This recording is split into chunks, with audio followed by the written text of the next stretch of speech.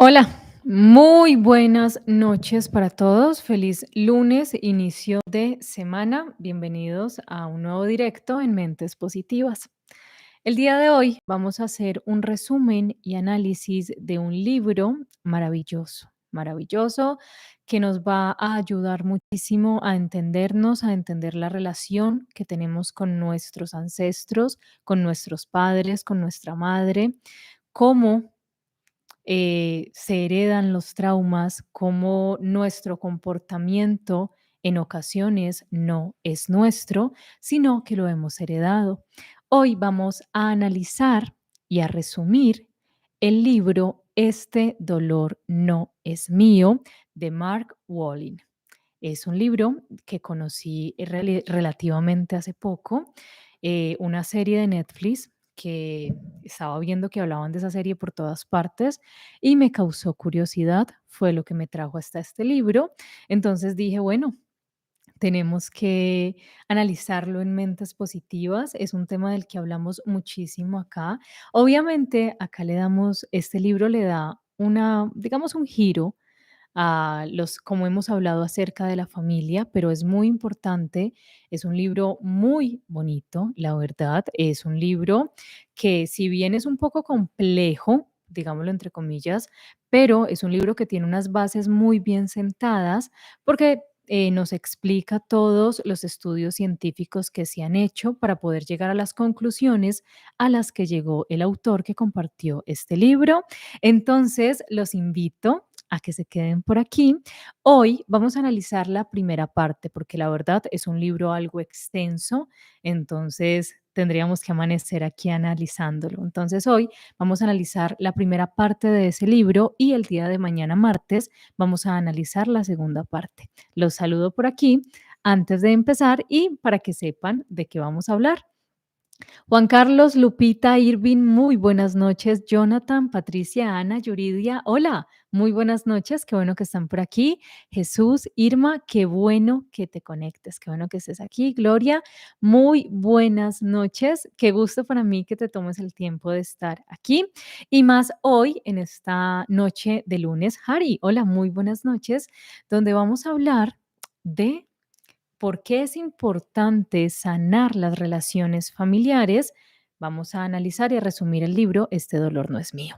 Les contaba que este libro lo conozco hace relativamente poco, una semana, semana y media más o menos, que estaba viendo que hablaban muchísimo de una serie de Netflix, de una serie turca que se llama Mi otra yo.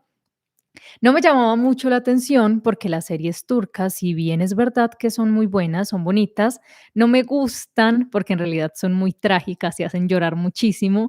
Entonces no me gusta ver ese tipo de programas, no me gusta estar llorando cuando me veo algo y generalmente pues ya me ha pasado que me he visto novelas turcas que me hacen llorar muchísimo, entonces las evito.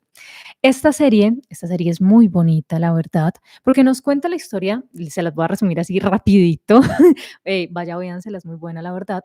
Nos cuenta la historia de tres amigas, una de ellas es diagnosticada con un cáncer terminal, entonces, junto con dos amigas de la universidad, deciden hacer un viaje, que es como a un retiro espiritual, por así decirlo, buscando una especie de gurú que se especializa en constelaciones familiares y en sanar constelaciones familiares. Ellas lo que buscan con ese viaje es conectar con la espiritualidad y buscar una alternativa para sanar a la amiga que tiene cáncer. En este viaje de descubrimiento espiritual y de descubrimiento con ellas mismas, en una parte cuando están hablando con este maestro, con este gurú, con la persona que es la encargada pues de hacer esto de las constelaciones familiares, una de las chicas está leyendo un libro, le pregunta qué libro es, ella le cuenta que es un libro que se llama Este dolor no es mío, y él le dice que la página 24 del libro es muy interesante. Obviamente, en todas las ediciones cambia, a veces el número de páginas. Lo que yo encontré en la página 24, yo en realidad tengo el libro, es así digital, porque, pues, no alcancé a comprarlo así, físico, que ustedes me saben que me encantan son los libros físicos, era que el autor, en la introducción, él está contando todo el proceso de su vida que lo llevó a llegar a ese momento de descubrir por qué era importante sanar las relaciones personales. En este descubrimiento, se acerca a su mamá, se da cuenta que tiene una relación, digamos, que se partió en algún momento con su madre y que no tiene como una afinidad hacia ella, porque hay una situación que cuando él era bebé provocó ese rompimiento.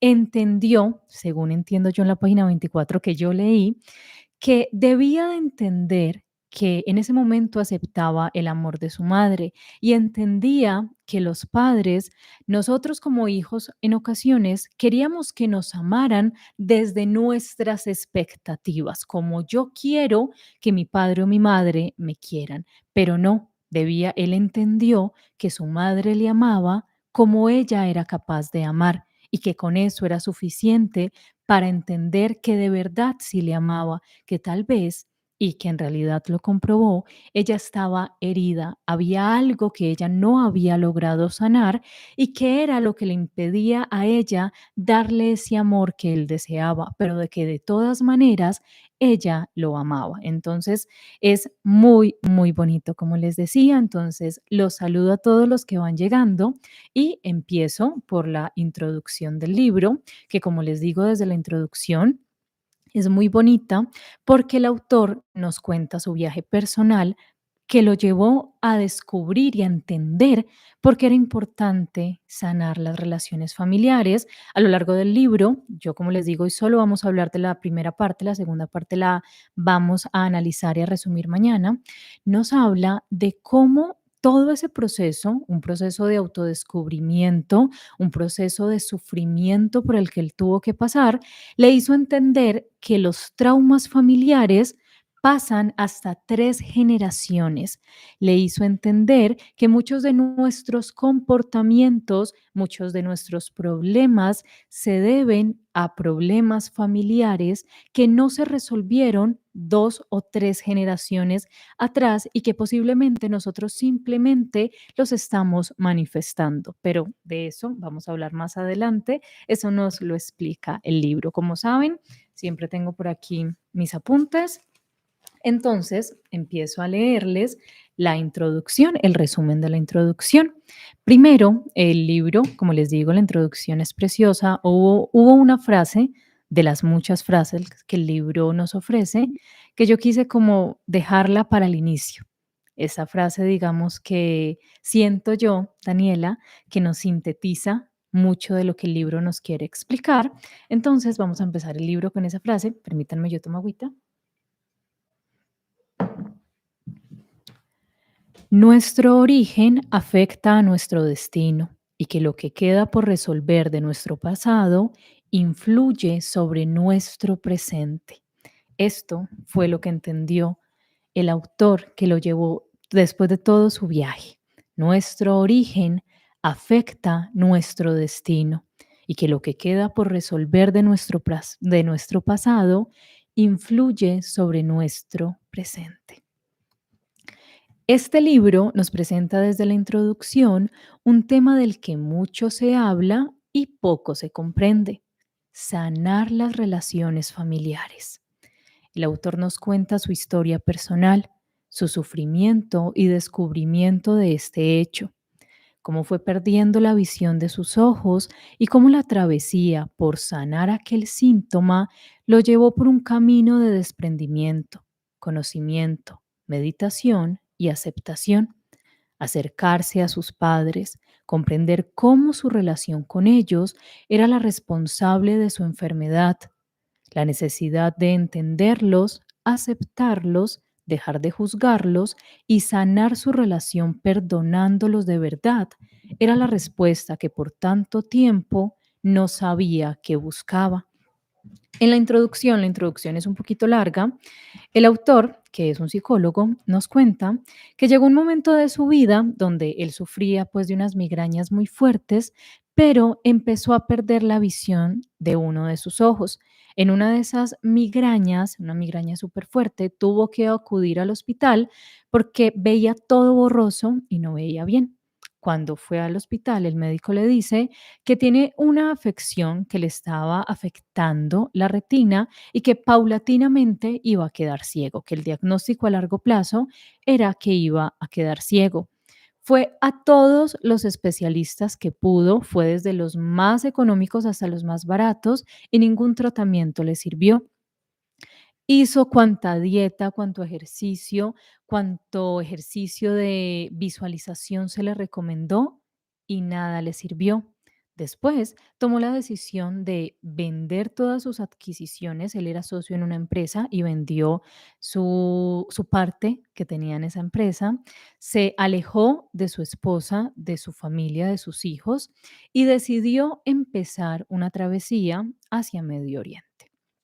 Allí estuvo en varios templos, hizo un camino de desprendimiento, empezó a practicar la meditación, una meditación muy profunda que le ayudaba muchísimo, pero aún no podía ver. Hacía largos ayunos, hacía grandes dietas, ya no consumía carnes, ya no consumía nada que dañara su cuerpo, pero aún la afectación en sus ojos proseguía. Había 2 gurús muy importantes que estaban como de visita en el lugar donde él se encontraba. Entonces, cuenta que hizo una fila de varias horas para encontrarse con uno de esos gurús y esperaba que él le dijera que ya estaba muy avanzado, porque era alguien que meditaba y que estaba muy avanzado en la meditación, y esperaba que el gurú lo felicitara y le dijera que estaba cerca del fin de su viaje y de su iluminación. Contrario a lo que él esperaba, lo que el gurú le dijo era que todavía le faltaba mucho camino por recorrer, que volviera a su casa, que llamara a sus padres. Él no hizo caso, él dijo, bueno, de pronto se equivocó, se fue, siguió meditando. Días después que se presentaba otro gurú muy importante en el lugar donde estaba, hizo lo mismo, hizo una fila de casi 24 horas para poder entrar. Cuando logró entrar a verse en reunión con este gurú, él esperaba lo mismo, que le dijera que era un alumno sorprendente, que estaba muy iluminado y muy avanzado en meditación. De sorpresa para él, este segundo gurú le dijo lo mismo: vuelve a tu casa, llama a tus padres. A ese segundo gurú, él dijo, no hay casualidades, debo hacerlo. Volvió, llamó a su madre, se reencontró con ella, empezó a hablar muchísimo con ella y se dio cuenta de que ella tenía muchísimos problemas que no logró resolver con su madre. Después, llevaba muchísimo tiempo sin comunicarse con su padre, y cuando se pudo comunicar con él, después de hablar durante muchísimo tiempo, se encontró sorprendido por un par de palabras que su padre le dijo. Su padre le dijo que pensó que él no le quería. Siempre su padre pensó que este muchacho, que su hijo, no tenía amor hacia él, cuando en realidad el autor del libro pensaba que era todo lo contrario, que su padre no lo amaba. Todo este camino le ayudó a entender que los padres nos aman de la manera en la que ellos saben amarnos, pero que también son personas que no han sanado traumas que tienen en ellos. Y ahorita ya en la primera parte, en el primer capítulo, vamos a empezar a hablar de cómo es que los traumas se heredan, de algunos estudios científicos. Se han hecho muchísimos estudios. Les recomiendo muchísimo que compren el libro, que lo lean para que lean detalladamente los estudios. Las explicaciones de estos estudios son maravillosas, de cómo nuestro ADN se puede ver afectado por el estrés que tiene nuestra madre en el momento de la concepción, en el momento del embarazo, y también cómo se afecta la esperma de nuestro padre dependiendo de sus niveles de estrés, de sus niveles de rabia, de sus niveles de depresión y también de los traumas generacionales que él trae consigo. Entonces, empecemos con la primera parte, que es la que vamos a analizar hoy. Muchísimas gracias por estar por aquí, Martín. No, tranquilo, llegaste a tiempo. Apenas voy a empezar con el primer capítulo, apenas les estaba contando de la introducción. Permítanme tomar agüita. Hoy he comido mucha harina y tengo una sed. La primera parte se llama La red de los traumas familiares. El capítulo 1 se llama Traumas perdidos y encontrados. Los traumas tienen una característica bien documentada y que nos resulta familiar a muchos. Nos impiden articular lo que nos pasa. No solo nos quedamos sin palabras, sino que además nos alteran la memoria. Sigmund Freud identificó esta pauta hace más de 100 años, la repetición traumática o compulsión de repetición. Es un intento por parte del inconsciente de volver a vivir lo que ha quedado por resolver para intentar hacerlo bien. Este impulso inconsciente de volver a vivir los hechos del pasado puede ser uno de los mecanismos que intervienen cuando las familias repiten en generaciones posteriores los traumas pendientes de resolver. Carl Jung dijo que todo lo que no es consciente lo viviremos como nuestro destino. Freud y Jung observaron cada uno por su cuenta que me perdí. Freud y Jung observaron cada uno por su cuenta que diversos fragmentos de experiencias vitales que habían quedado bloqueados, reprimidos o suprimidos volvían a aparecer en las palabras, en los gestos y en las conductas de sus pacientes. Aquí les cuento y les hago como un paréntesis rápido, ahí me perdonan el error. Creo que casi en todas las familias, aparte de los parecidos físicos, hemos escuchado muchísimo que se dice, mira, esa niña camina igual que su abuela, a esa niña le incomoda o le gustan las mismas cosas que su abuela, esa niña, ese niño es poco cariñoso, al igual que lo era su abuela. Bueno, esto no son simplemente parecidos, esto son cosas que se heredan y acá más adelante les voy a ir explicando las consecuencias que puede tener esto y por qué es tan importante identificarlo.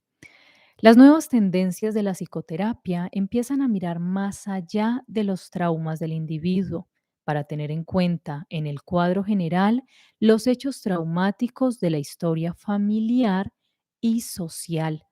Las tragedias de diversos tipos e intensidades, como el abandono, el suicidio, la guerra, pueden producir unas ondas de aflicción que se transmiten de generación en generación. El primer caso que nos presenta el autor, les voy a leer aquí cómo lo resumí y ya se los cuento. El primer caso que nos presenta el autor es el caso de Jesse, un muchacho, ese sí, sí hasta me lo aprendí, entonces se los voy a contar. El primer caso que nos cuenta el autor para poder explicarnos cómo funcionan los traumas generacionales y cómo es que esto pasa, lo primero que nos cuenta es la historia de Jesse, un muchacho de 20 años que llega a su consulta porque lleva aproximadamente un año sin poder conciliar el sueño una noche completa, sin poder dormir una noche completa. Él dice que es un muchacho que recién cumplió los 20 años, pero que parece que tuviera 10 años más, se ve muchísimo mayor y se ve muchísimo más cansado de lo que se ve un muchacho de 20 años. Él empieza a indagar en la vida del muchacho, le cuenta que por ese inconveniente, ese insomnio, ese problema para dormir, perdió una beca en la universidad, se retiró de la universidad porque todo el tiempo estaba cansado, irritable y malhumorado. Al terapeuta le parece muy extraño que haya empezado justo a los 19 años. Él le cuenta cómo empezó todo y le cuenta que unos días después de haber cumplido los 19 años se despertó a las 3:30 de la mañana, que de repente sintió un frío aterrador y que por más que se echaba mantas encima, el frío no se iba. Desde esa noche dejó de pasar una noche entera que no podía dormir. Empezó a pasar noches que no podía conciliar el sueño totalmente. Al terapeuta le parecieron esos datos muy interesantes. ¿Por qué a los 19 años y no antes? ¿Por qué la sensación de frío si nunca le había ocurrido y todos sus exámenes médicos salían bien? Bueno, indagando, le preguntó si de pronto en su familia había ocurrido en algún momento algún acontecimiento que tuviera que ver con el frío o con los 19 años. Al inicio, Jessie le dijo que no, pero un momento más adelante en la consulta le cuenta que, bueno, sí, que un hermano de su mamá, su tío, había fallecido 30 años antes, pero que no se hablaba mucho del tema porque era un tema muy doloroso para la familia. Le contó que el tío tenía 19 años y que trabajaba con una empresa de electricidad y que durante una noche de tormenta él estaba revisando una torre de energía y que no logró sobrevivir porque quedó atascado en la tormenta, que luchó muchísimo para sobrevivir. Se dieron cuenta cuando lo encontraron porque encontraron sus huellas en la nieve, lo encontraron boca abajo tirado sobre la nieve y con un alto grado de hipotermia. Él murió por eso, fue algo muy difícil para la familia, de eso no se hablaba en su familia y allí empezó a entender Jesse de dónde provenía ese miedo a quedarse dormido. Su tío, cuando falleció, obviamente lo que menos quería hacer era quedarse dormido por el miedo a no volver a despertar. Este miedo, este trauma que seguía en su familia por la muerte de ese tío del que no se hablaba, ahora estaba atormentando a Jesse. Nos dice por acá, ahora sí, yo le había, a ver, permítanme por acá, listo, acá ya les había hecho el resumen. Después de entender que su insomnio procedía de este hecho acontecido hace tantos años, pudo comenzar su viaje hacia la curación. Alcanzó un sentimiento más profundo de conexión con su familia, actual y pasada. Los científicos buscan dar explicación a casos como este y de hecho ya son capaces de identificar biomarcadores, señales tangibles que los traumas pueden transmitirse de una generación a la siguiente y de que en efecto sí se transmiten. Cuando los miembros de nuestra familia han vivido traumas insoportables o han padecido sentimientos inmensos de culpa o de duelo, las sensaciones pueden ser abrumadoras y llegar más allá de lo que esas personas han sido capaces de afrontar o de resolver. A veces el dolor queda sumergido hasta que puede encontrar una vía para manifestarse o resolverse. Esta manifestación del dolor suele producirse en las generaciones siguientes y puede surgir en forma de síntomas de difícil explicación. En esta parte, él contaba la historia de otra paciente, si no estoy mal, creo que el nombre era Rachel, que había llegado a su consulta después de acudir a muchísimos psiquiatras, muchísimos psicólogos, muchísimos especialistas. Había estado internada en un hospital psiquiátrico, medicada con antidepresivos y con muchísimas pastillas más para combatir su depresión extrema. Yo sé que no existe el término, pero ustedes me entienden. Esa depresión y ese estrés la habían acompañado casi toda su vida. Venían acompañado de un gran deseo de aniquilación. Ustedes me entienden, tenía pensamientos suicidas. Cuando llega a la consulta, el médico, el especialista, empieza a hablar con ella y a preguntarle, bueno, que cómo se veía más adelante. Y ella le cuenta que para su próximo cumpleaños planeaba suicidarse. Se lo cuenta de una manera tranquila, con una frialdad que a él le pareció muy extraña para una persona que, bueno, venía tantos años sufriendo de una depresión, pero estaba todavía joven. Le preguntó el método, que cómo planeaba hacerlo, y eso le causó muchísima extrañeza al especialista porque no utilizó los términos que utilizan las personas generalmente, sino que le dijo que planeaba evaporarse, desaparecer. Él le preguntó que cómo planeaba hacerlo y le contó que su hermano trabajaba como en una empresa donde manejaban altas temperaturas porque como que derretían hierro y cosas así. Y le dijo que simplemente planeaba subir a lo alto y arrojarse a un pozo de esos, que sabía que por los vapores iba a fallecer mucho antes de caer al fuego.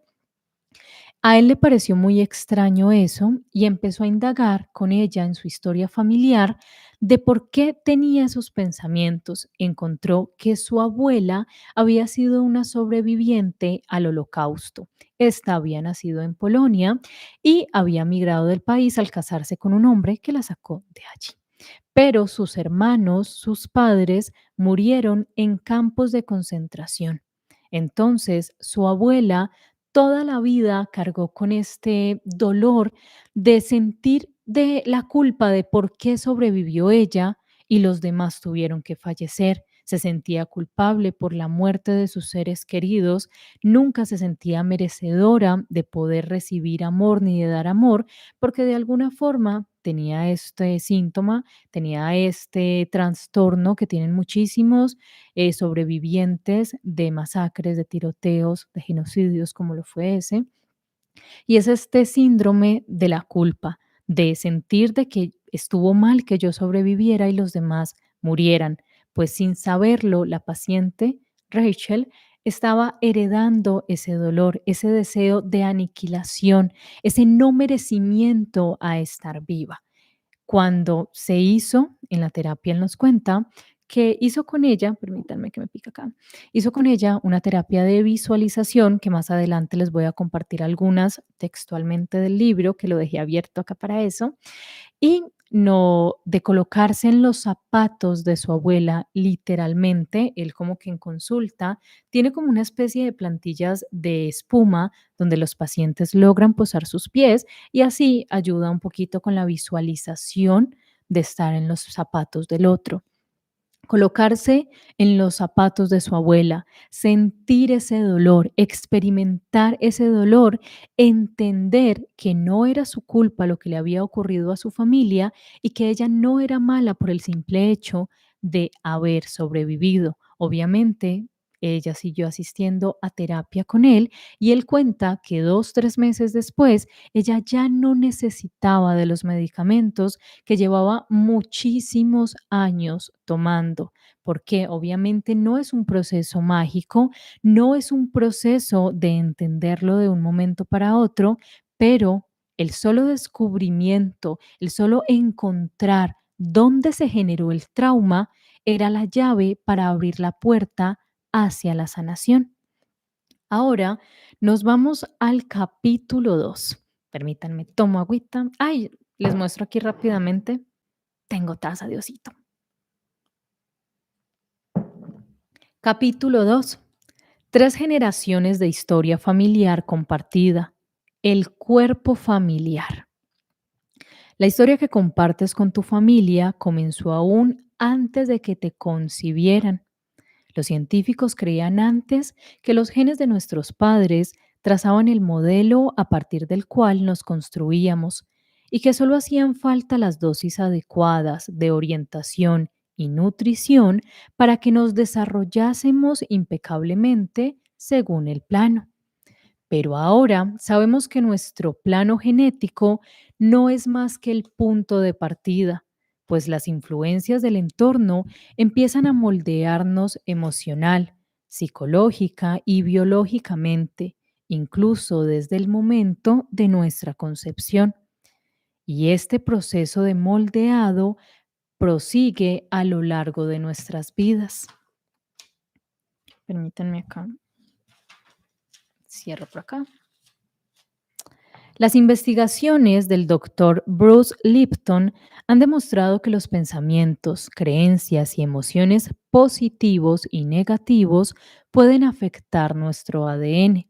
Según Lipton, las emociones de la madre, como el miedo, la ira, el amor y la esperanza, entre otras, pueden alterar bioquímicamente la expresión genética de sus hijos. En el embarazo, los nutrientes de la sangre de la madre alimentan al feto a través de la pared de la placenta. Junto con los nutrientes, la madre libera una gran variedad de hormonas y de señales de información generadas por las emociones que ésta siente. Las emociones crónicas como la ira y el miedo pueden marcar al hijo, preparando o preprogramando en esencia el modo en que se adaptará el niño a su entorno. Aquí, cuando nos habla del doctor Bruce Lipton, nos habla de que este hizo estudios hace muchísimos años, estudios científicos que en su momento fueron muy debatidos, fueron hasta negados y fueron muy controversiales para la comunidad científica. ¿Por qué? Hablaba de que los experimentos que se hacían en laboratorio con ratones, hablaba de que se apartaban, digamos que una camada de ratones se apartaban de su madre durante unos días, ¿cierto? Los otros se les permitía estar con su madre, se permitía ser amamantados y cuidados con ella. A los que se les había, permítanme, a los que se les había separado, presentaban con las semanas síntomas parecidos a la depresión. La sorpresa fue cuando 2, 3 camadas después, estos que procedían de los que habían sido apartados de la camada, presentaban principalmente las hembras estos mismos síntomas de los que habían sido separados, cosa que los que habían sido amamantados y cuidados por la madre no presentaban. Lo mismo también explicó en muchísimos estudios que se hicieron con seres humanos cómo los niveles de cortisol, que es la hormona del estrés, bajaban muchísimo en las mujeres embarazadas que estaban sometidas al estrés, a no estar en la compañía del padre de su hijo, a tener problemas durante su embarazo y cómo los niños nacían con ya me equivoqué, y cómo los niños, los bebés, nacían con los niveles de cortisol muy bajos. También en estudios que se siguen haciendo y que se publicaban más o menos, en el libro habla de como del 2012, se demostraba que los niños que nacían de madres que estaban sujetas y que estaban expuestas, perdón, al estrés, a la depresión, a la ira, a un ambiente conflictivo, tenían bebés que eran altamente reactivos, niños que eran altamente fríos para demostrar sus emociones, para comunicarse con los demás, niños que se estresaban con facilidad y que en su gran mayoría sufrían de depresión. También nos dice que en este sentido, el niño que ha vivido en el útero, en un entorno estresado, puede adquirir reactividad ante una situación estresante similar. Varios estudios realizados han llevado a los científicos a la conclusión de que los traumas se pueden transmitir hasta a 3 generaciones. Acá, cuando nos habla de que en este sentido el niño que ha vivido en el útero un entorno estresado puede adquirir reactividad ante una situación estresante similar, yo creo, no sé si les han pasado, si les han ocurrido casos así, digamos en conocidos o miembros de la familia que quedan en embarazo y que digamos que la persona durante el embarazo le tenía, digamos, fastidio o no le gustaba estar cerca de alguien o durante el embarazo tuvo una discusión con alguien y por ese motivo como que la persona no le caía bien, le generaba un disgusto y que cuando el bebé nace, al estar cerca de esa persona, aunque la madre ya le haya perdonado y ya le hable la persona, al bebé no le gusta que le cargue, el bebé llora cada vez que esa persona se acerca o se altera muchísimo. Aunque uno dice, bueno, no, es que los bebés sienten y lo decimos con muchísima, lo decimos muy tranquilamente, lo decimos muy folclóricamente, es que el bebé siente todo cuando yo estoy feliz, cuando yo estoy triste, cuando yo me antojo, cuando alguien me hace llorar, cuando algo me estresa, pero no entendemos cómo le afecta eso, no entendemos cómo los traumas, las cosas que nosotros no hemos procesado, no hemos sanado, buscan una manera de manifestarse en las 3 generaciones siguientes, tal como nos lo explica el libro. Ahora vamos a hablar del capítulo 3. Permítanme tomar agüita. El capítulo 3 nos trae la mente de la familia.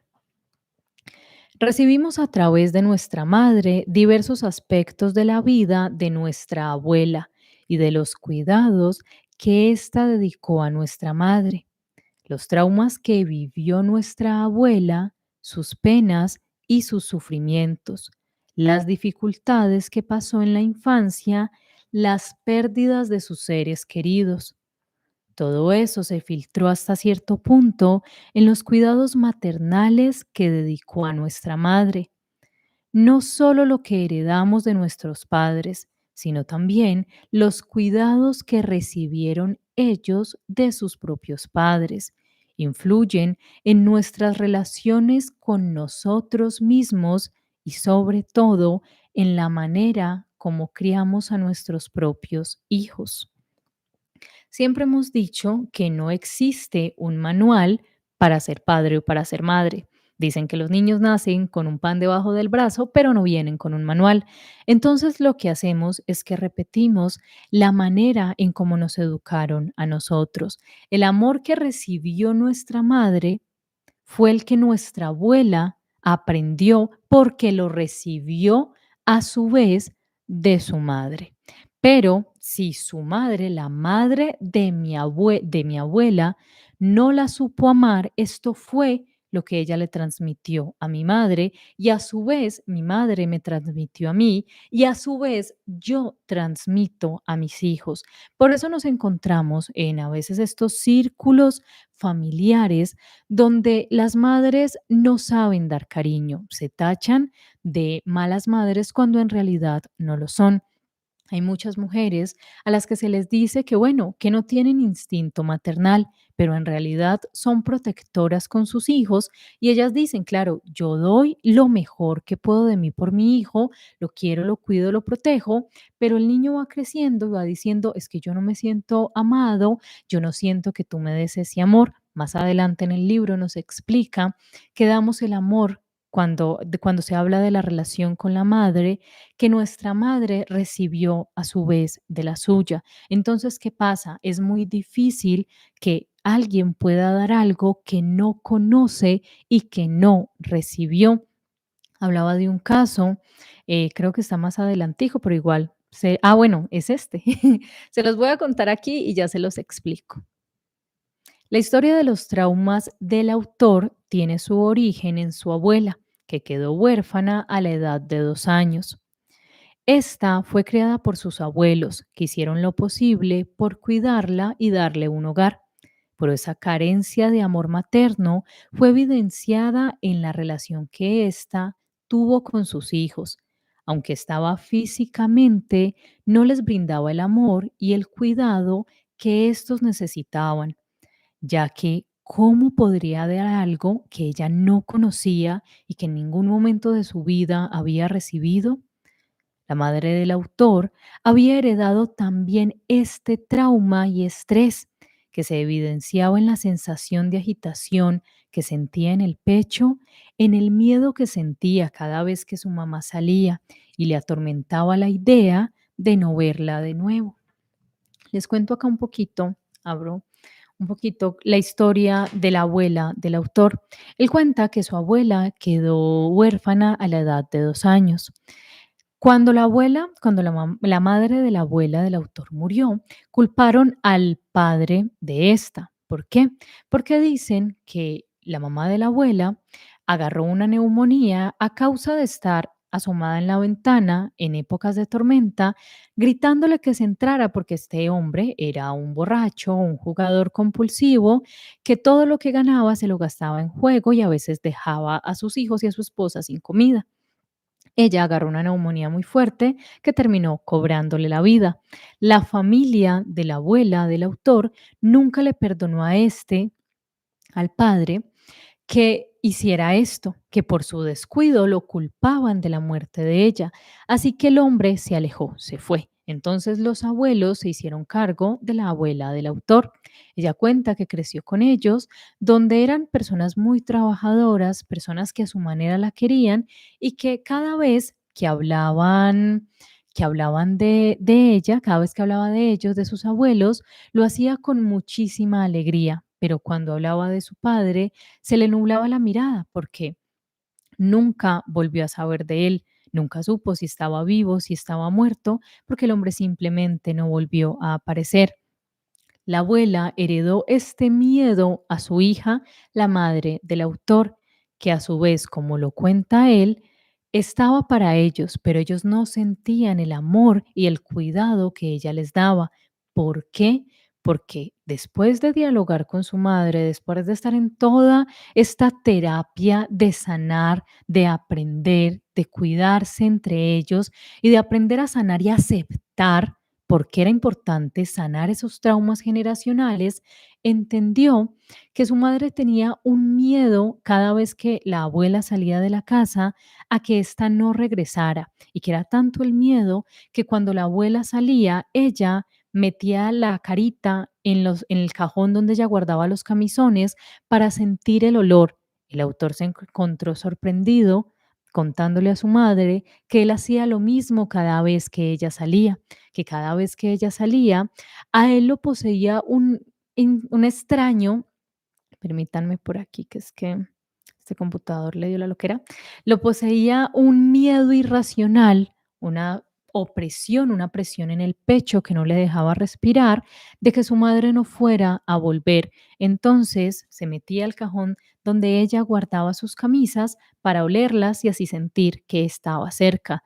Su madre, sin querer, se dio cuenta que traía algo que había iniciado con su abuela, que así de poderoso, y por eso era la importancia de sanar esos traumas generacionales y cómo estos podían afectar la vida no solo de sus hijos, sino de sus nietos, iba a seguir afectando generaciones mientras esto no se identificara y no se sanara.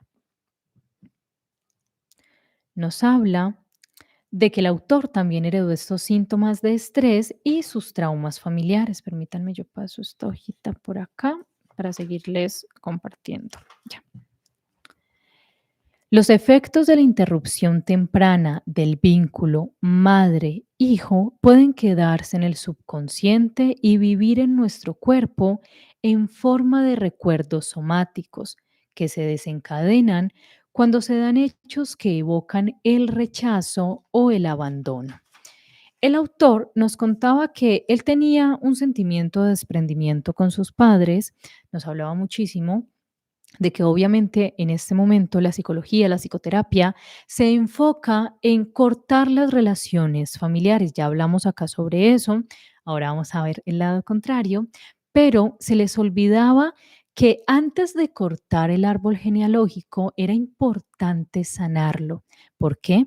Porque él identificó eso en él, ese rechazo que tenía hacia sus padres, que él se sentía muy bien porque se había alejado de ellos, no tenía razón hace mucho tiempo de sus padres. Cuando su mamá le abrazaba, él contaba que su mamá le abrazaba y trataba de ser tierna con él, pero como él no había recibido ese amor en la niñez, él simplemente se paralizaba y se sentía tenso y se sentía como si no pudiera moverse porque no procesaba ese abrazo, no recibía esa sensación de afecto que ella quería darle, pero no encontraba, aparte pues de la frialdad que su madre tenía en la manera de educarlos, de la forma que tenía de amarlos, pero que él quería que lo amase de la forma que él deseaba, entendió dónde se había iniciado esta separación de la madre con el hijo, dónde se había iniciado este miedo a que mi mamá no regrese en él.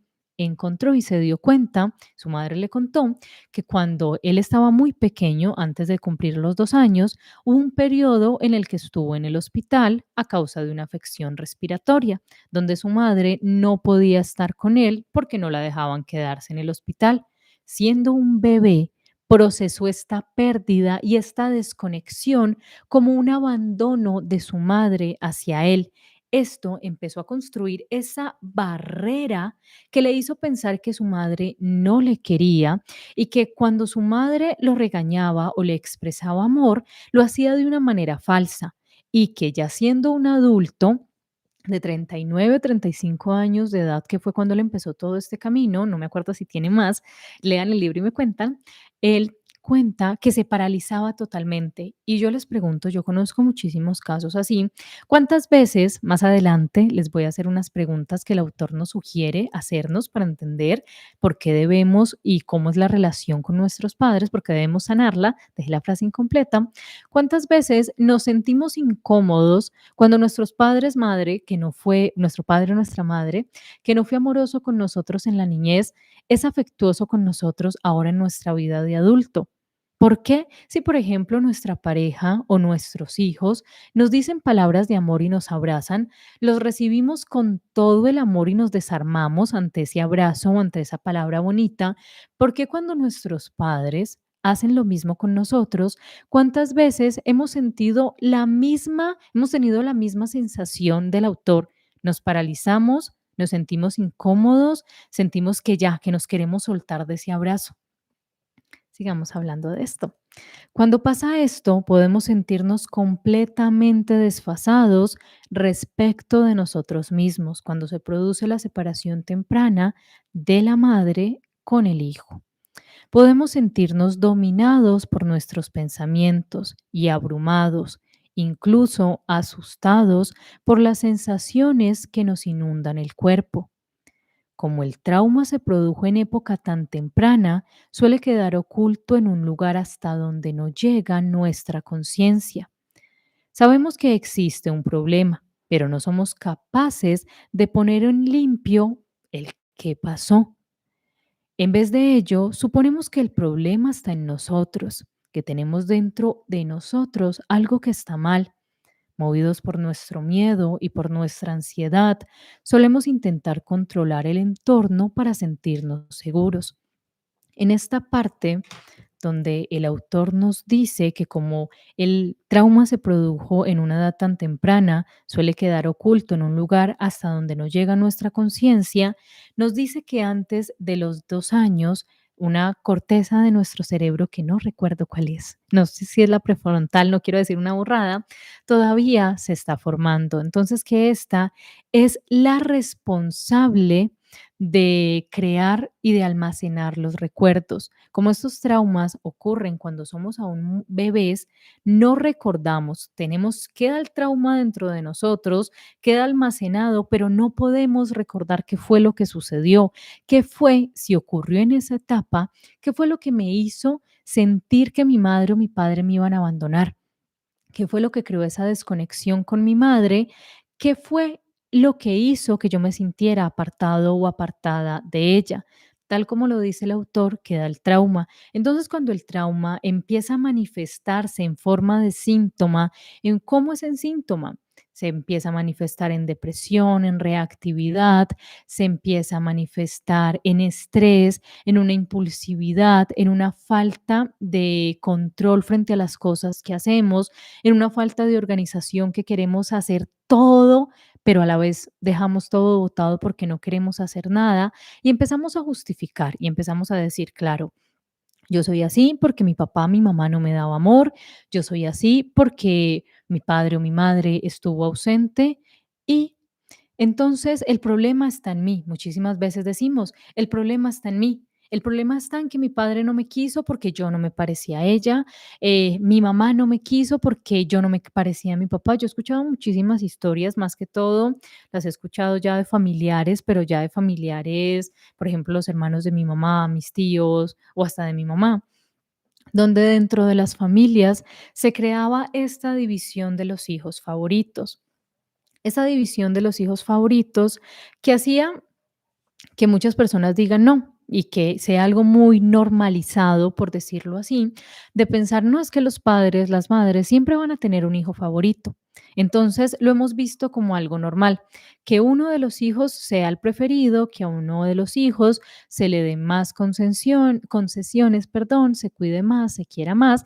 Hablaba muchísimo que esto se ve más que todo en el hijo del medio, que el hijo mayor muchísimas veces es el hijo que más traumas tiene, es el hijo que más problemas para relacionarse con los demás y con sus padres tiene, porque este a veces, en ocasiones, no siempre es deseado, no siempre se esperaba que llegara o simplemente, digamos, entre comillas, es el hijo prueba, Entonces los padres no tienen idea de ser padres, la pareja no sabe, pero con el primer hijo experimentan todo este proceso. Con el segundo hijo ya han aprendido y con este son un poco más cariñosos, son menos rígidos en cuanto a las tareas, en cuanto a los castigos. Entonces, estas preferencias, estas divisiones que se generan dentro de la familia, cuando digamos es una familia grande y empiezan los padres a separar sus hijos entre este es mi favorito, este lo quiero más, este es más juicioso, a comparar entre hijos. ¿Qué ocurre? El adolescente, el niño, el adulto, no se pregunta, bueno, pero mi madre, ¿por qué hace eso? Mi padre, ¿por qué hace eso? No, lo que llega a su cabeza es, la culpa es mía. Hay algo hay mal en mí para que mis padres prefieran a mi otro hermano que a mí. Hace poco, eso fue eso fue, creo que a finales del año pasado o inicios de este, creo que fue inicios de este, acá en Colombia hubo un caso que sonó muchísimo, que aún todavía están en juicio por eso, de un hermano que le quitó la vida a su hermano y a su mamá. El caso, si lo quieren investigar después, es el caso de Mauricio Leal. Era un peluquero, un estilista. Creo que peluquero no se usa mucho, un estilista que tenía una cadena grandísima y trabajaba más que todo como con personas famosas. El caso es que ellos dos eran tres hermanos, si no estoy mal, pero vivían juntos dos junto con la mamá. Mauricio, que fue la persona que falleció, y su madre, tenían unas peluquerías que administraban juntos. Su hermano tuvo como una crisis económica, una crisis con su pareja, se quedó sin trabajo, entonces Mauricio lo ingresó a trabajar con él. Siempre entre los trabajadores de la peluquería de Mauricio se hablaba de que el hermano le tenía envidia, que le hablaba mal de él a los clientes y que siempre había algo que los hacía reñir porque él siempre decía que Mauricio era el preferido de la mamá. La mamá siempre había vivido con Mauricio, lo cuidaban mucho, se cuidaban mucho entre ellos dos.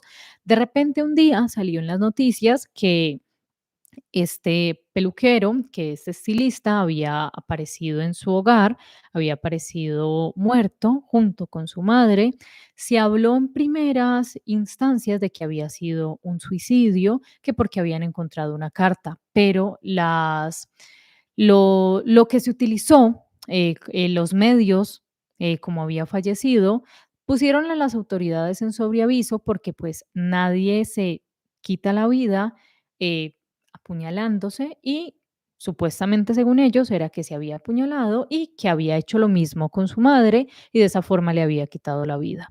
Obviamente, como la carta de despedida, la carta de suicidio, era una carta muy poco usual, porque lo único que dejaba en la carta eran las claves de sus tarjetas y diciendo le dejo todo, le perdónenme y le dejo todas mis propiedades a mi hermano. Les pareció muy extraño. Haciendo una investigación que acá en Colombia son muy lentos para eso, se dieron cuenta rapidísimo, ataron cabos de que el hermano tenía algo que ver porque el hermano vivía con ellos. El hermano, pues, se declaró culpable, después inocente, pero igual eso se sabe que fue él, porque hay muchísimas pruebas físicas de que él fue el que hizo eso. Pero una de las razones que dicen todos, que más allá del dinero, más allá de la ambición, más allá de las ganas de quedarse con el dinero que tenía su hermano, era siempre, decían todos los allegados a ellos, los trabajadores de las empresas y de las peluquerías que tenía Mauricio con su madre, de que él siempre le había tenido envidia, de que siempre le había tenido rabia, porque era el preferido de su madre, porque su madre siempre lo había querido más, siempre había estado más pendiente de él, vivía con él, lo cuidaba como si fuera un niño. Entonces, así hay muchísimos casos más. Hay muchísimos casos que hemos visto en diversos países, en películas y en todo lado, de cómo en ocasiones dentro de las familias se producen esto simplemente por la rabia con la que crece una persona al decir, claro, es que mi madre tiene un hijo favorito y muchas madres que no son conscientes de lo ofensivo y de lo doloroso que es cuando simplemente madres y padres cuando dicen, no, es que él es mi hijo favorito, él es más juicioso, eso tiene una raíz. Y si de pronto en nuestra familia lo hemos identificado, si de pronto en nuestra familia lo hemos visto, si nosotros nos ponemos a indagar, ¿por qué nuestra abuela? tiene un hijo o un nieto favorito, porque nuestra madre tiene un hijo o un nieto favorito, ¿saben qué es lo que encontramos? Que ellas crecieron con eso, que en su hogar su madre o su padre aplicaba esto del hijo favorito, del hijo preferido, del hijo prodigio, del hijo al que más quiero. Y entonces indagamos en la abuela y vamos a encontrar que atrás de la abuela también venía este patrón. Ahorita más adelante él nos explica que el trabajo de nosotros no es sanar todas las generaciones, el trabajo de nosotros es sanar nosotros. Cuando yo sano, corto el lazo. Y ahorita les voy a seguir leyendo y explicando por qué es tan importante cortar ese lazo, porque es tan importante, como les he dicho muchísimo, ser nosotros quien corte la cadena, ser nosotros quien diga hasta aquí llegó esto, ya lo entendí, lo sano y lo más importante cuando vamos a sanar la relación con nuestros padres, que ahorita en el último capítulo que analizamos hoy, porque mañana seguimos, a los que apenas han llegado, a los que van llegando, hoy estamos analizando la primera parte de este libro porque es un libro muy extenso, entonces mañana tenemos cita para analizar la segunda parte, pero más adelante nos dice que lo más importante es sanar nosotros y no pretender que nuestros padres nos quieran como nosotros deseamos, sino entender y aceptar ese amor que ellos nos dan, de la forma en la que ellos saben darlo. Aquí nos habla de un destacado psicoterapeuta llamado Bert Hellinger. Este ha tratado en muchos libros el concepto de que heredamos aspectos de los traumas familiares y que los volvemos a vivir. Los sucesos traumáticos que ocurren en la familia pueden dejar sobre nosotros una huella que perdura durante varias generaciones. Estas huellas, a su vez, se convierten en un modelo familiar a medida que los miembros de la familia repiten de manera inconsciente los sufrimientos del pasado.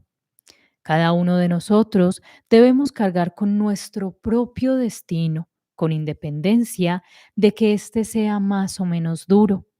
Nadie puede intentar hacerse cargo del destino de un padre, abuelo, hermano, tío, sin que de ello resulte algún tipo de sufrimiento.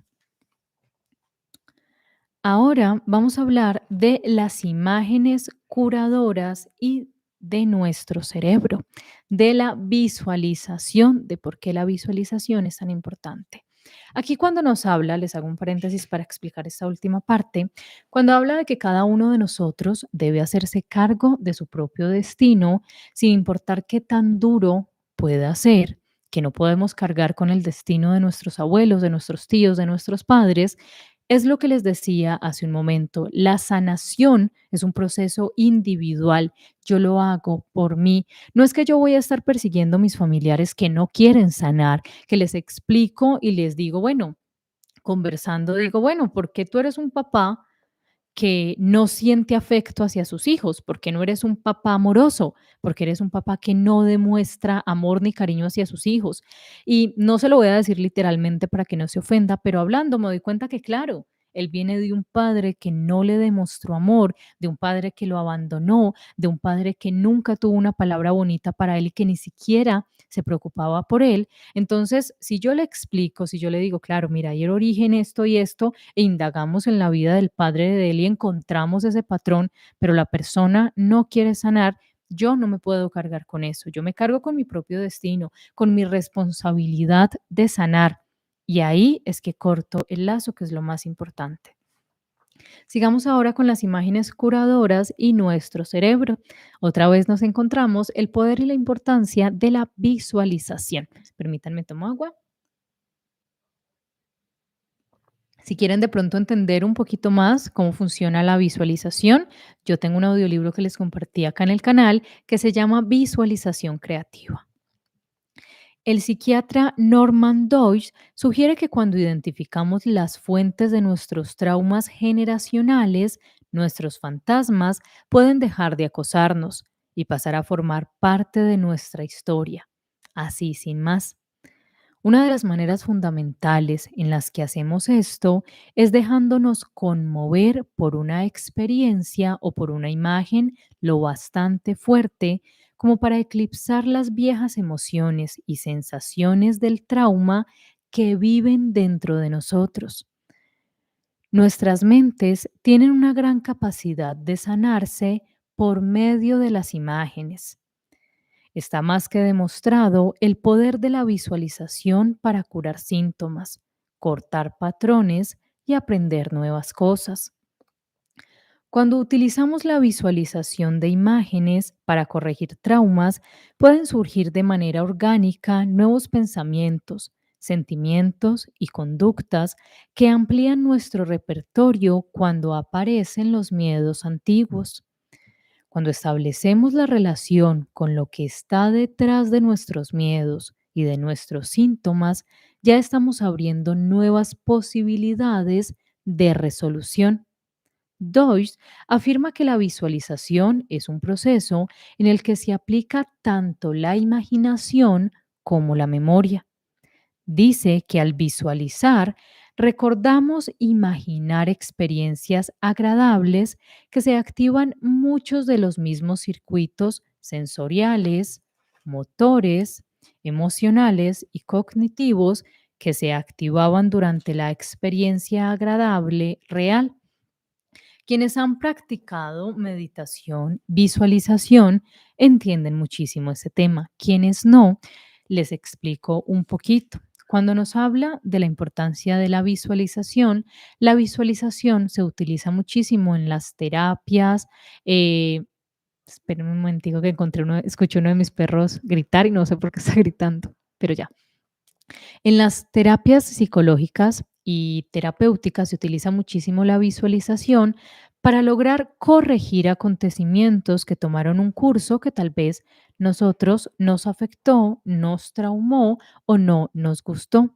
Entonces la importancia de la visualización es que nos ayuda primero a crear imágenes sobre cómo nos gustaría que se hubiesen hecho las cosas y también nos ayuda a crear imágenes que nos ayudan a llegar a los puntos de nuestra vida que queremos sanar, que queremos corregir, que queremos entender y lugares donde queremos estar. Ahora nos vamos para el capítulo 4. El capítulo 4 nos trae un término que hasta ahora yo había escuchado muy pocas veces y que se habla y se entiende muchísimo mejor. Acá se extiende, pero se extiende muchísimo más en la segunda parte que vamos a analizar mañana. El capítulo 4 nos habla del planteamiento del lenguaje nuclear. ¿Qué es el lenguaje nuclear? El lenguaje nuclear es la expresión verbal de nuestros traumas. Así de sencillo, así de fácil. El lenguaje nuclear es la expresión verbal de nuestros traumas. El lenguaje nuclear también se puede expresar de modos no verbales, entre ellos sensaciones físicas, conductas, emociones, impulsos e incluso los síntomas de una enfermedad. Si entendemos cómo se conservan los recuerdos traumáticos, podremos entender un poco mejor lo que sucede con nuestras palabras cuando estamos abrumados. La memoria a largo plazo se suele dividir en dos tipos principales. La memoria declarativa, que es la capacidad de evocar conscientemente datos o sucesos. Este tipo de memoria hace uso del lenguaje para organizar, categorizar y almacenar la información y las experiencias que se convertirán en recuerdos recuperables. La memoria no declarativa, también llamada implícita, funciona sin evocación consciente. Nos permite recuperar de manera automática lo que hemos aprendido, sin tener que volver a aprender los pasos. Las experiencias traumáticas se conservan en muchos casos en forma de memoria no declarativa. Aquí hablaba en esta parte cuando nos habla de la memoria, perdón, no declarativa, que es esta capacidad, es esto de recordar los traumas sin ni siquiera tener que evocarlos. Nos hablaba de una paciente que tenía, que recuerdo que se llamaba Tracy o Tracy, algo así, que había decidido separarse. Tenía un esposo, perdón, y simplemente había decidido separarse porque de un momento para otro sentía sus relaciones, les cuento el contexto, sus relaciones duraban muy poco tiempo, sus relaciones duraban muy poco tiempo porque ella se aburría al poco tiempo de las relaciones, sentía que las relaciones se enfriaban y culpaba a los hombres de ser distantes, de perder el interés hacia ella. En esa relación no era su esposo, era su novio, corrijo, llevaba 1 año y medio o 2 años con él y decidió separarse porque sentía que él era un hombre frío, era un hombre que no le importaba lo que ella pensaba, lo que ella sentía y se había tornado distante. En la terapia, ella le cuenta esto a- al terapeuta, valga la redundancia, y este le dice que por qué siente que él es un hombre frío, que le explique por qué se habían acabado sus otras relaciones y que le explique cuáles eran los comportamientos de él que hacían pensar a ella que él era un hombre frío y que no sentía nada por ella. Cuando ella empieza a explicarle, empieza a colocar como ejemplo a su madre, empieza a decir, es un hombre frío que no demuestra las cosas que siente, perdón, que no me entiende, que no me escucha, que nunca me da amor, que no se preocupa por cuidarme, al igual que lo hacía mi madre. El terapeuta se dio cuenta que ella lo que estaba era mostrando, manifestando en sus relaciones de pareja lo que no había sanado aún con su madre y que por eso era que ninguna relación de pareja le funcionaba, que hasta que no sanara ese trauma que tenía con su madre, que hasta que no sanara esa relación que tenía con ella, que hasta que no cortara esos lazos que le hacían pensar que su madre no la amaba, que no le interesaba el amor que ella sentía por ella, no iba a poder conservar ninguna relación de pareja, que la culpa no era de la pareja que tuviera la persona que tuviera a su lado, siempre se iba a encontrar con el trauma, porque lo que nosotros no sanamos siempre se va a manifestar de una manera o de otra en nuestra vida. Siempre lo que nosotros no sanamos siempre va a estar ahí tocándonos la puerta, diciéndonos, mírame, estoy aquí, regresé, no me he ido.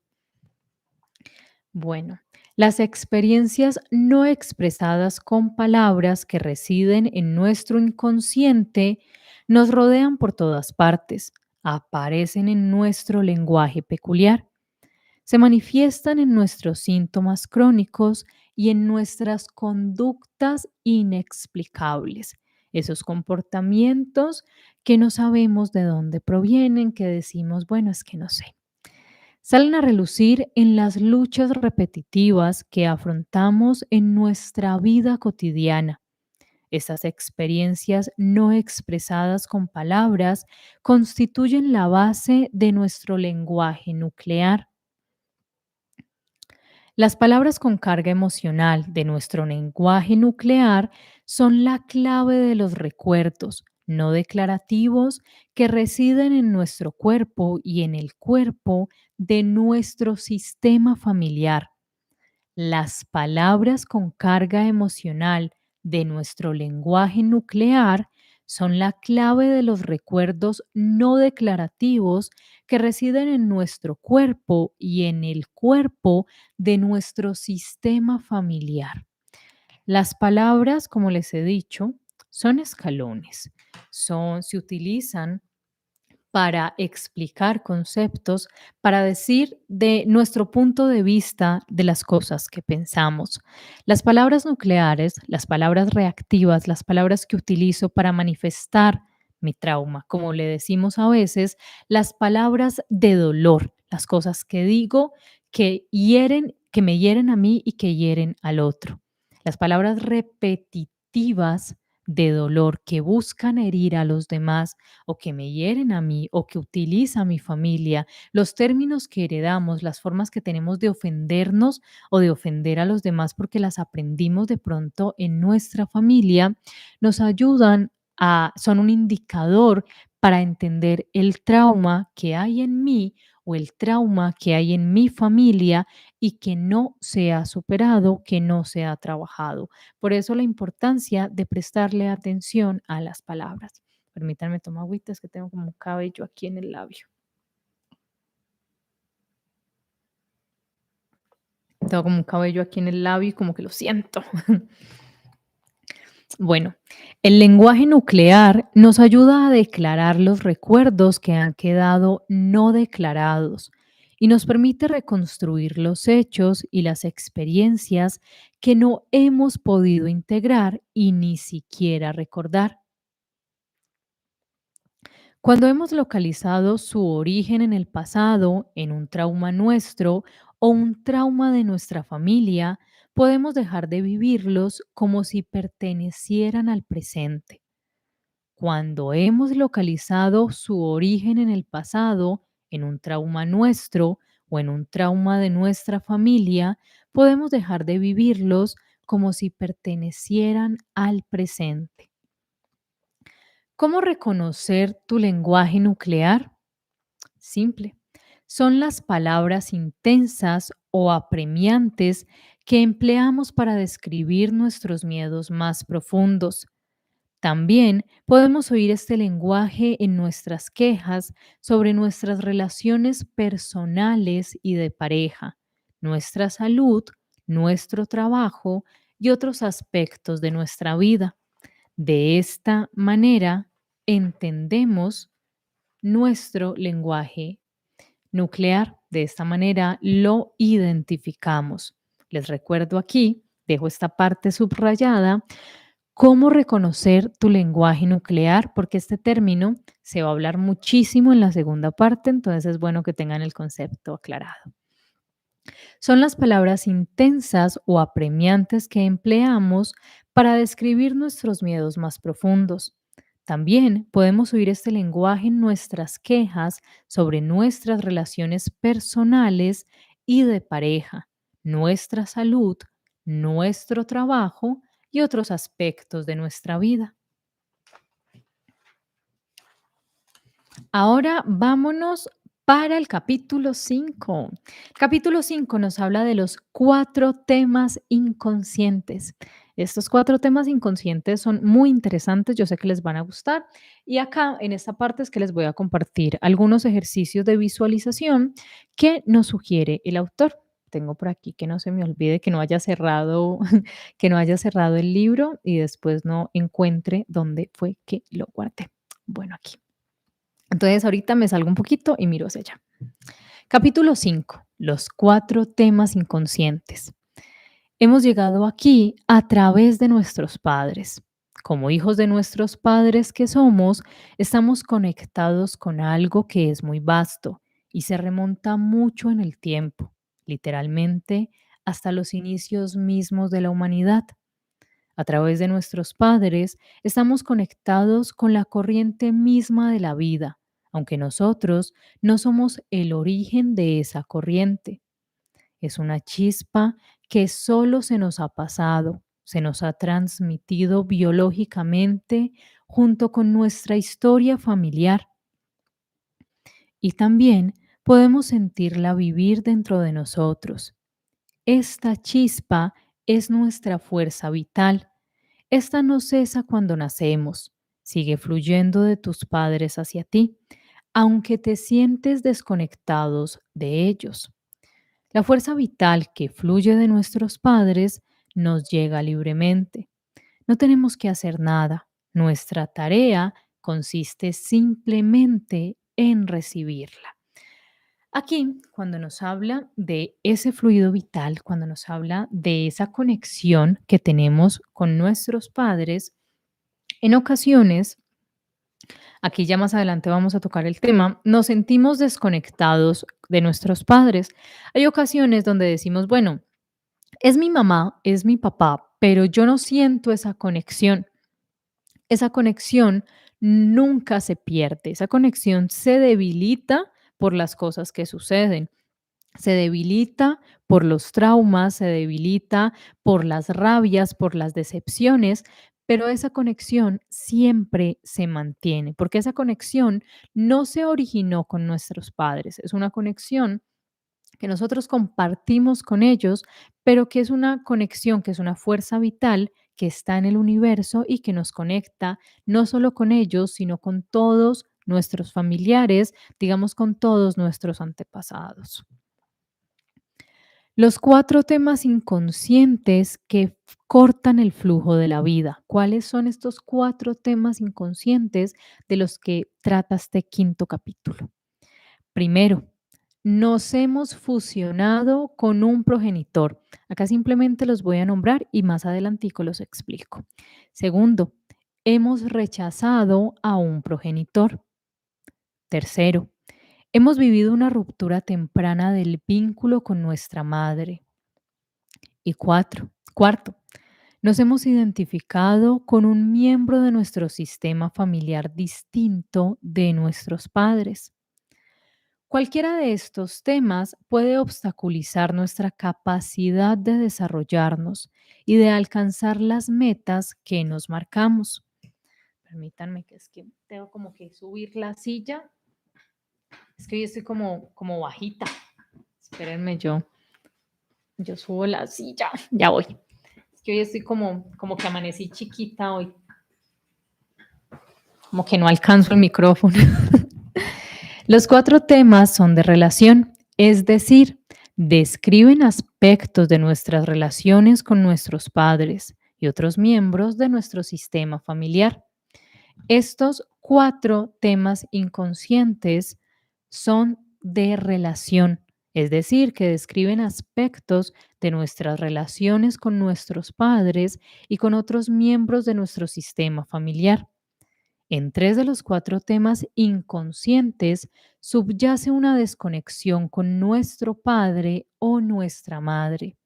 Y esto es lo primero que tenemos que considerar cuando tenemos dificultades. Entendamos las 4 interrupciones que citamos anteriormente. Ahora sí se las explico. La primera, te has fusionado con los sentimientos, las conductas o las experiencias de tu padre o de tu madre.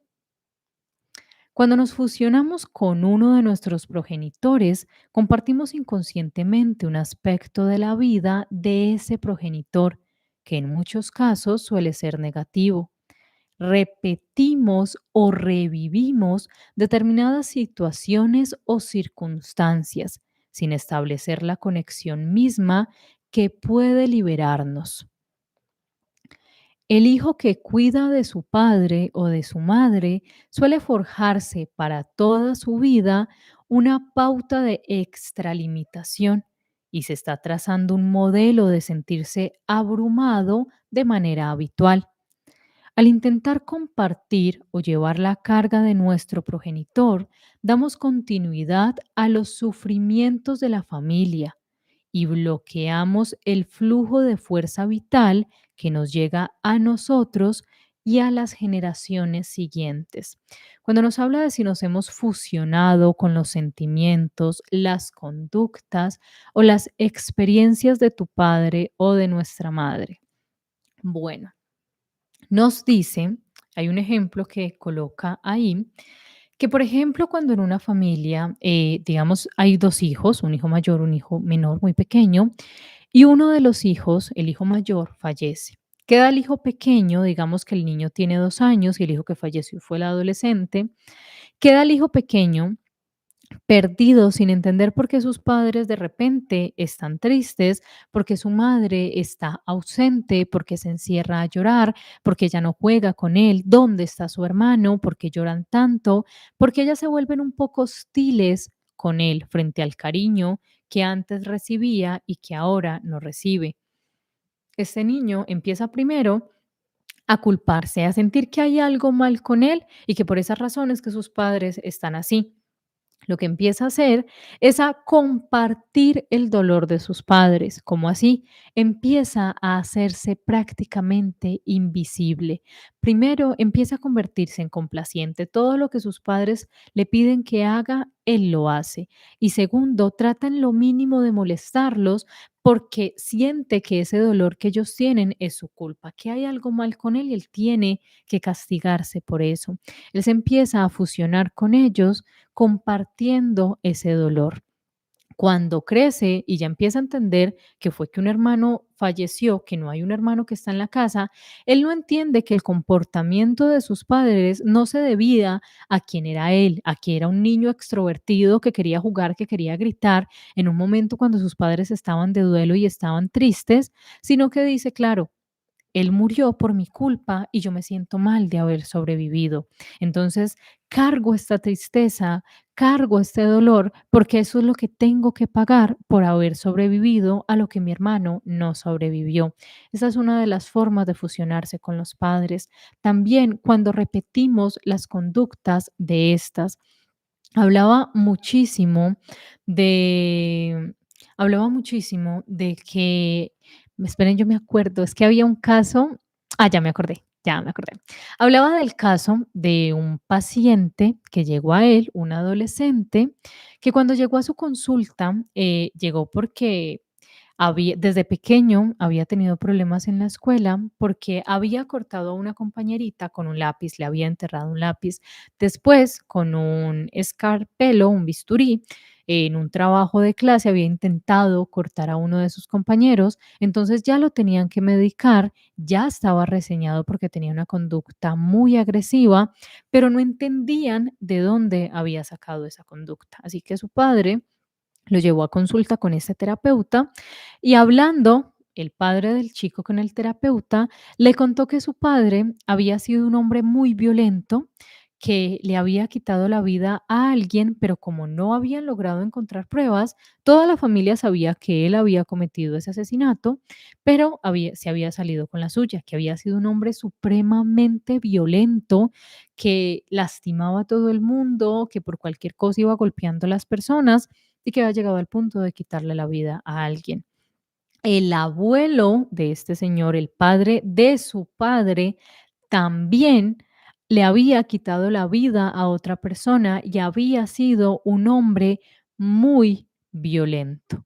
Entonces, el hijo de este señor estaba 3 generaciones después sacando esa agresividad, demostrando esa agresividad que no se había sanado, que se había cargado de generación en generación hasta que en este chico se había vuelto otra vez a activar. Entonces, por eso también nos hablaba de que cuando nos hacíamos cargo de nuestros padres, de nuestros abuelos, cuando ellos dependían de nosotros para su cuidado económicamente, ya nos hacíamos cargo de ellos, tampoco en ocasiones se cambian los roles. Hay algo que dicen muchísimo, llega el momento en el que uno ya se convierte en el padre de sus padres, cuando ellos ya, digamos, están de avanzada edad y uno ya empieza a cuidarlos y empieza como a ayudarles o empieza ya a mantenerlos o hacer lo que ellos hacían con uno de niño. Entonces se toman el papel de que se invirtieron los roles. Entonces yo soy el que te cuido, yo soy el que te regaño y se vuelve muy normal que uno como hijo ya hasta se vuelva regañón con los papás. Pero lo que nos dice este autor de este dolor no es mío, es que esto no es bueno hacerlo. Nosotros no nos podemos cargar con el rol del papá, no me puedo cargar y no puedo tampoco, tal como lo dice Jean, tomar esta actitud. Yo la conozco, la he vivido y la he visto en muchas personas que conozco de, bueno, ahora sí me voy a vengar, ahora sí voy a regañar a mi papá, ahora sí le voy a gritar a mi mamá para que vea cómo se siente bonito. Esto no lo podemos hacer porque lo que estamos haciendo es que le estamos dando continuidad a un trauma que se generó hace muchísimo tiempo al devolver lo mismo que yo recibí y eso no se puede hacer. Nos vamos para el segundo tema inconsciente. Yo dije, yo ay, estoy dando vueltas aquí en esto. El segundo nos lleva a preguntarnos esto. ¿Has criticado culpado o rechazado a un progenitor o has cortado la relación con él? Si queremos abrazar la vida y conocer la verdadera alegría, si queremos de verdad tener relaciones personales profundas y satisfactorias, si queremos de verdad vivir hasta el máximo de nuestras posibilidades, libres de la sensación de estar rotos por dentro, tenemos que empezar por reparar nuestras relaciones con nuestros padres cuando éstas están rotas. Las rupturas de las relaciones suelen arrancar de hechos dolorosos de nuestra historia familiar y se pueden repetir a lo largo de las generaciones hasta que reunimos el valor suficiente para renunciar a nuestros juicios de valor mentales, para abrir el corazón y para ver a nuestros padres y a otros familiares a la luz de la compasión. Casi siempre hay uno de nuestros progenitores con el cual reñimos constantemente. Le culpamos de nuestros problemas, le recriminamos su falta de afecto en la niñez y su poca tolerancia con nosotros. Pero es importante entender que en ocasiones nuestros padres reflejaron en la relación con nosotros lo que ellos recibieron de niños, el dolor que tenían en su corazón y que no supieron gestionar. Es muy probable que las emociones, los rasgos y las conductas que rechazamos en nuestros padres perduren en nosotros. Tal como lo hemos hablado en otras ocasiones, les he dicho que a veces lo que criticamos en los demás es lo que tenemos en nosotros mismos. Aquí lo que nos dice el autor es que cuando casi siempre tenemos una relación reñida con alguno de nuestros progenitores, no nos gusta la forma en la que él hace las cosas, hemos cortado la relación con él por X o Y suceso, es momento de que nos evaluemos, porque muchísimas veces, ahorita también habla de cómo lo exteriorizamos, acá habla de cómo lo interiorizamos, esas conductas, esas cosas que me hicieron alejarme de mi padre o de mi madre, esas cosas que odio y que digo, Dios mío, es que yo no tolero este comportamiento, esta forma de ser, esta forma de hablar, esta forma de comportarse, esta forma de tratarme tan déspota de mi padre o de mi madre, la tengo en mí. ¿Por qué la tengo en mí? Primero la tengo en mí de una manera inconsciente y se refleja en mí no cuando estoy así normal y tranquilo, se refleja en mí en los momentos límite, se refleja en mí en los momentos de estrés, en los momentos de rabia, en los momentos de presión, en esos momentos cuando, ¡pus!, cuando simplemente me enojo y digamos que bota uno la tapa, ahí se sale, resulta uno alegando, peleando, discutiendo o utilizando términos que utilizaba ese progenitor con el cual no nos entendemos bien. Cuando ustedes observen en todo este libro, todo lo que plantea este tema de entender los traumas familiares generacionales, de entender cómo esto se comparte y por qué es importante sanar, es un tema de hacer un trabajo de reflexión personal. Ese sí es un trabajo donde no les voy a pedir que me digan nada acá, no les voy a decir que me cuenten nada, ni hoy ni mañana, porque es un trabajo de revisarse. ¿En qué momentos? Y se van a dar cuenta que es en los momentos de rabia, de ira, de estrés, en los momentos cuando las situaciones se salen de control, van a encontrar que si de pronto no se llevan bien con uno de sus progenitores, se van a encontrar con comportamientos de ellos, se van a encontrar cómo han interiorizado eso que los hizo alejarse de ese progenitor, eso que les marcó la niñez, la adolescencia y que dijeron es que yo no tolero, yo no soporto, yo no quiero a mi mamá o a mi papá por cómo se comportó conmigo, porque me trataba así, decía esto y era así, y cómo en ocasiones encuentras que en tu lenguaje reactivo estás utilizando los mismos términos o te estás comportando de la manera que se comportaba él. Eso es un botón, es un indicador grandísimo, es un bombillo rojo que te dice hay que revisar y hay que sanar. O sea, cuando encuentren eso, cuando encuentren repitiendo conductas del progenitor con que tal vez no se hablan o no se llevan bien en ustedes, es momento de que digan, aquí hay algo que tengo que sanar, que tengo que gestionar. porque no solo lo interiorizo, sino que también lo exteriorizo. Esta es nuestra manera inconsciente de querer a nuestros padres. Es un medio para volver a traerlos a nuestra vida. Cuando rechazamos a nuestros padres, no somos capaces de ver los modos en que somos semejantes a ellos. Rechazamos esas conductas en nosotros mismos y solemos proyectarlas sobre las personas que nos rodean. No es solo que en los momentos de enojo, no es solo que en los momentos reactivos nos comportamos como ese progenitor con el que no nos llevamos bien, sino que también proyectamos lo que no nos gusta, lo que digamos entre comillas odiamos de ese progenitor en los demás. Entonces, de pronto una persona no se comporta como nosotros queremos y lo que decimos es, yo te estás comportando igual a mi papá, ese comportamiento tuyo, por eso es que yo no me hablo con mi mamá, por eso fue que me fui de mi casa, por eso fue que vivo lejos de mi familia, porque te estás comportando igual. Y no, es que usted es igual de mentirosa a mi mamá, usted es igual de avaro a mi papá, usted es igual de mentiroso a como era mi mamá, bla, bla, bla. La lista es infinita. También lo proyecto en los demás, pero también nos dice que podemos atraer personas cercanas en los que se manifiestan las mismas conductas que rechazamos, lo que nos brinda oportunidades incontables para que reconozcamos esa dinámica y la curemos.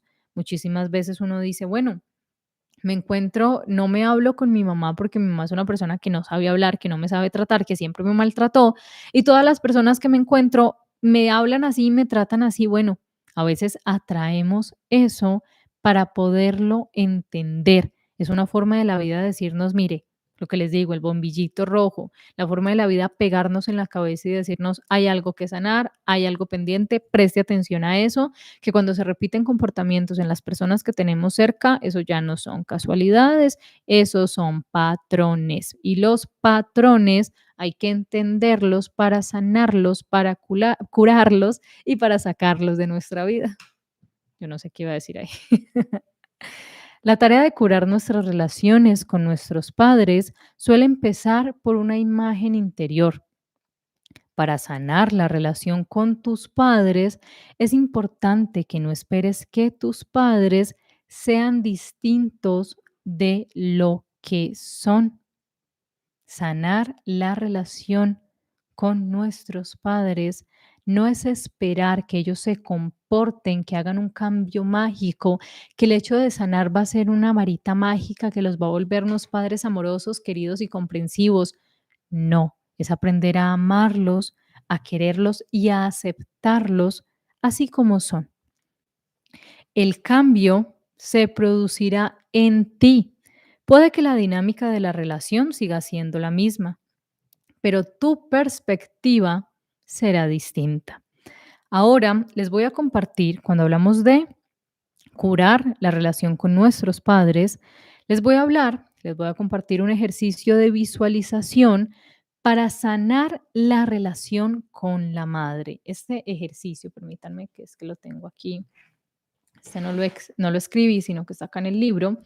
Este ejercicio de visualización nos ayuda a sanar la relación con la madre porque tal como les decía, el sentimiento de separación con la madre es lo que produce en muchísimas ocasiones que se creen estos traumas que a veces tenemos que trabajar y que se manifiestan en forma de agresividad, de depresión, de estrés, de tristeza, de una imposibilidad para tener relaciones duraderas o relaciones sanas. Permítanme tomar agüita. Ejercicio para visualizar a tu madre y a su historia. Imagínate que tienes delante de ti a tu madre, a pocos metros de distancia. Asómate a tu interior. ¿Qué sensaciones percibes? Ahora, imagínate que tu madre da 3 pasos largos y que la tienes muy cerca de ti, a pocos centímetros de tu cuerpo. ¿Qué pasa dentro de ti físicamente? ¿Se te abre el cuerpo? ¿Se te contrae? o sientes el impulso de apartarte. Si has respondido que se te contrae el cuerpo o que quieres apartarte, es importante que te des cuenta de que la labor de abrirte es ahora responsabilidad tuya y no de tu madre. Vamos a ampliar de nuevo el encuadre y vamos a imaginarnos que tu madre está otra vez a varios pasos de distancia. Esta vez, visualízala rodeada de todos los hechos traumáticos que vivió ella. Aunque no sepas con exactitud qué le pasó, tienes una noción de su historia familiar y de las luchas que ha tenido que librar en su vida.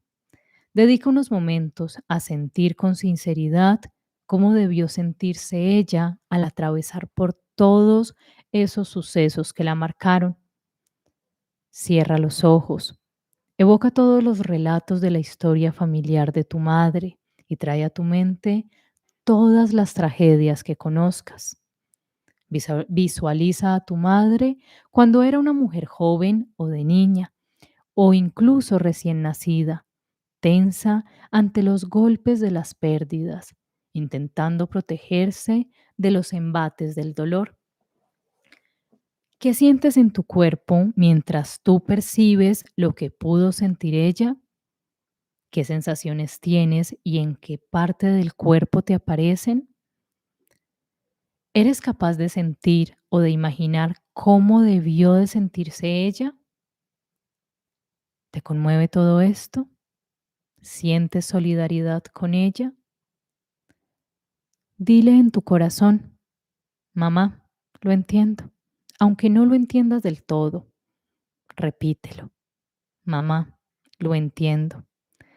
Plantéate añadir las palabras mamá. Intentaré recibir tu amor tal como es, sin juzgarlo y sin esperar que sea distinto. ¿Cómo te sientes cuando dices eso?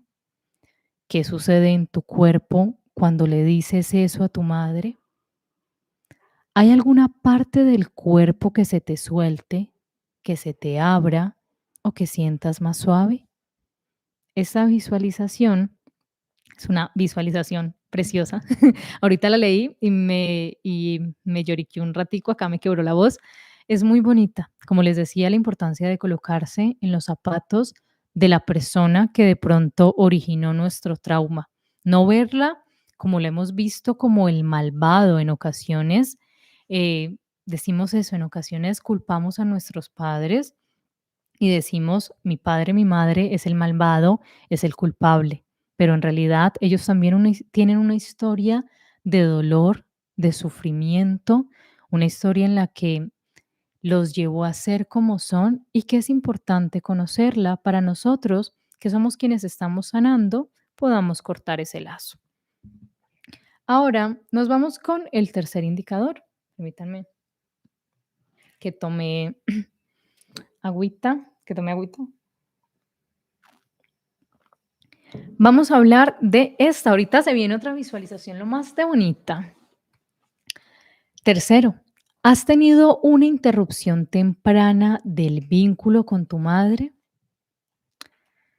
Si rechazas a tu madre, pudo deberse a que tu proceso temprano de vinculación con ella quedara interrumpido. Cuando se ha producido una interrupción durante ese periodo, lo más probable es que sientas cierto grado de ansiedad cuando intentas establecer un vínculo con otra persona en una relación de pareja. La relación con nuestra madre justifica, explica, ejemplifica las relaciones de pareja que tenemos. Esta ansiedad podría traducirse en dificultades para mantener relaciones de pareja o incluso en la falta de deseo de tener este tipo de relaciones. También puede verse en tomar la decisión de no tener hijos. La primera explicación que se da puede ser la de que criar un niño requiere demasiado tiempo y energía, pero a un nivel más profundo puede que te sientas poco capacitado para dar a un niño lo que tú mismo no has tenido. También puede afectar a tu conexión con tu madre una interrupción del vínculo madre-hijo que se produjo en generaciones anteriores. Si la separación con nuestra madre se produjo a una edad muy temprana, aquí lo explica mejor, antes de los 2 años nos es imposible recordar el suceso. En consecuencia, el trauma de una separación temprana se guardaría en forma de fragmentos de sensaciones físicas, de imágenes y de emociones, en vez de recuerdos. En ocasiones, la ruptura del vínculo no es física. Lo que sentimos a veces es más bien una ruptura de energía con nuestra madre. Aunque ella esté físicamente presente, emocionalmente puede estar distante o ser irregular. La desconexión que sentimos a veces con nuestra madre, tal como nos lo explica, hemos visto, ha ocurrido en familias donde la madre nunca se fue, siempre estuvo, pero los hijos crecen con carencias de afecto, sus relaciones de pareja, sus relaciones de amistad no son duraderas, simplemente pasan de un amor a otro amor y siempre la culpa es del otro amor porque no les da la atención, no les da el amor que ellos necesitan y que ellos quieren. Pero esto se pudo haber originado en generaciones anteriores. Por ejemplo, nos cuenta una historia que habla de una paciente de 35 años que llevaba varios años casada y que un día mientras cenaba con su esposo, normal, lo miró a los ojos y dijo, ya no te quiero y me quiero separar.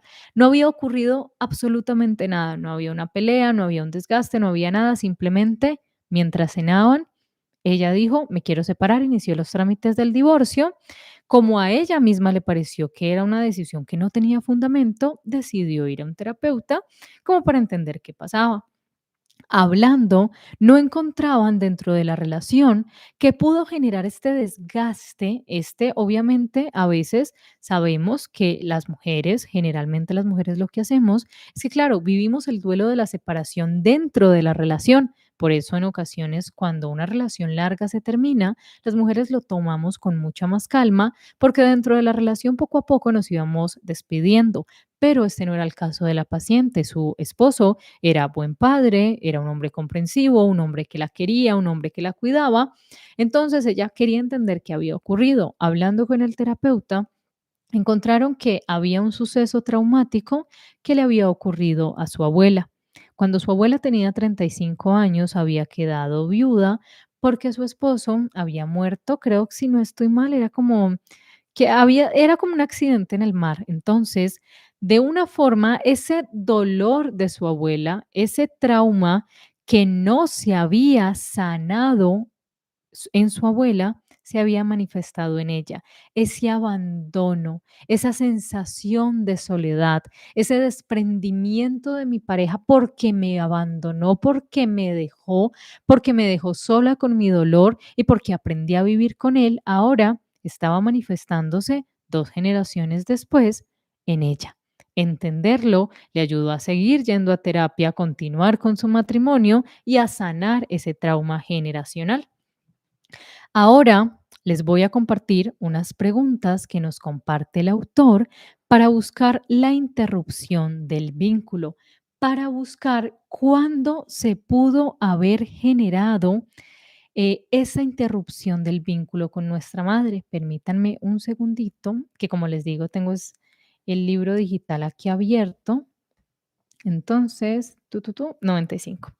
Algunas preguntas para buscar la interrupción de un vínculo. ¿Pasó algo traumático cuando tu madre estaba embarazada de ti? ¿Tuvo mucha ansiedad, depresión o estrés?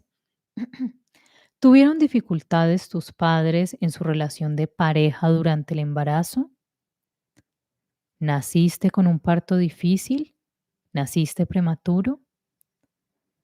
¿Tuvo tu madre depresión postparto?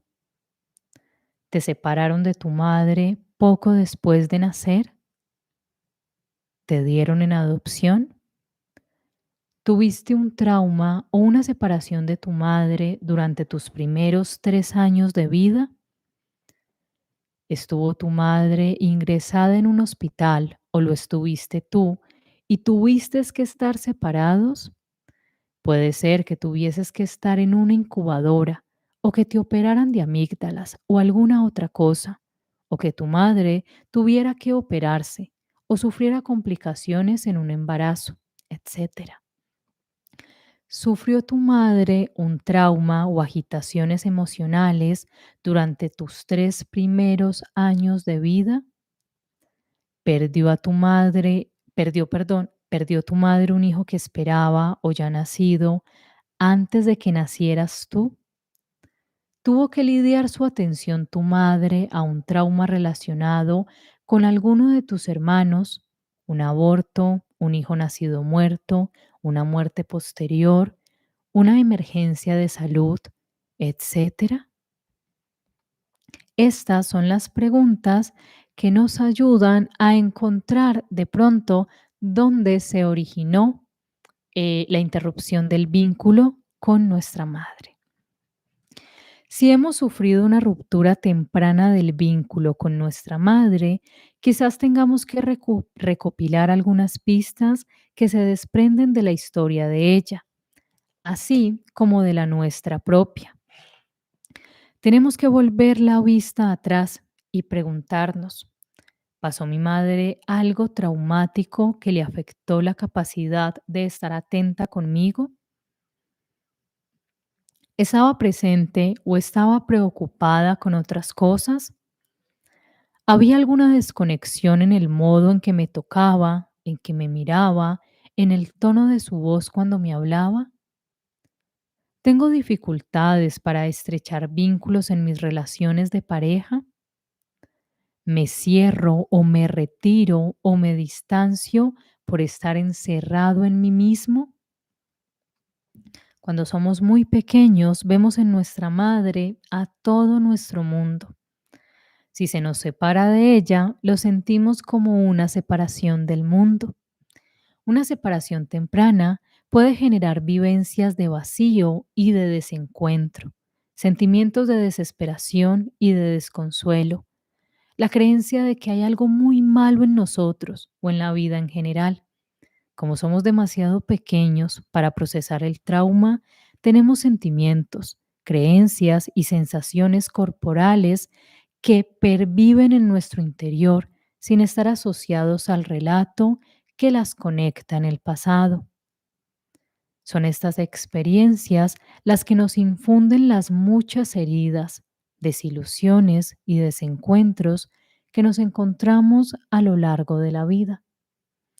Estas experiencias, esta separación con nuestra madre, justifica en gran parte la cantidad de heridas, desilusiones y desencuentros que nos encontramos. Es importante hacerse esas preguntas si tenemos una buena relación con nuestra madre o si no la tenemos, perdón, tratar de buscar el espacio. Si sentimos una desconexión con ella, si siempre, como les decía, nos hemos sentido incómodos, cuando ahora como adultos trata de darnos amor.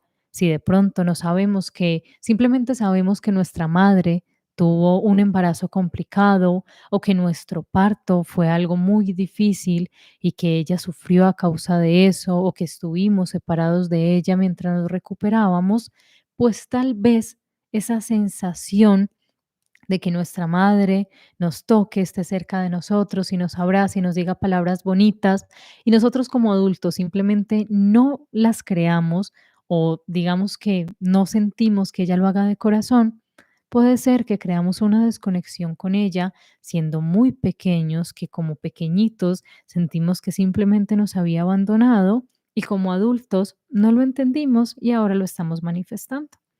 Nos vamos al cuarto indicador. ¿Te identificas inconscientemente con un miembro de tu sistema familiar distinto de tus padres? Si estás identificado con alguna persona de tu sistema familiar, lo más probable es que no seas consciente de ello. Las identificaciones son inconscientes y es muy difícil que establezcas la relación por ti mismo. No todas las conductas que expresamos surgen de nosotros.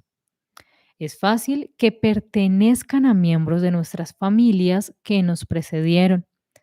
Puede que no hagamos más que portar los sentimientos de ellos o compartirlos. A estos los llamamos sentimientos de identificación.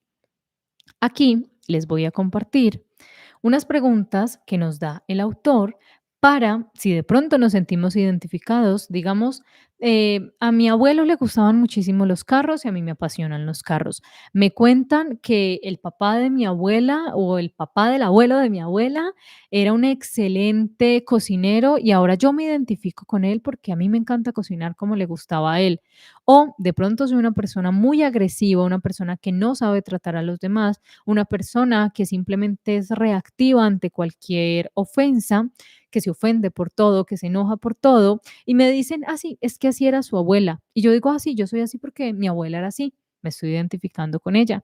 Entonces, el autor del libro nos deja unas preguntas para que si de pronto nos estamos identificando, si de pronto tenemos un comportamiento que nos han dicho, se parece al de tal o tal familiar, nos hagamos esa pregunta. ¿Me estoy identificando con un miembro de mi familia diferente a mi madre o a mi padre? A ver, ¿yo dónde vi las preguntas? Allá.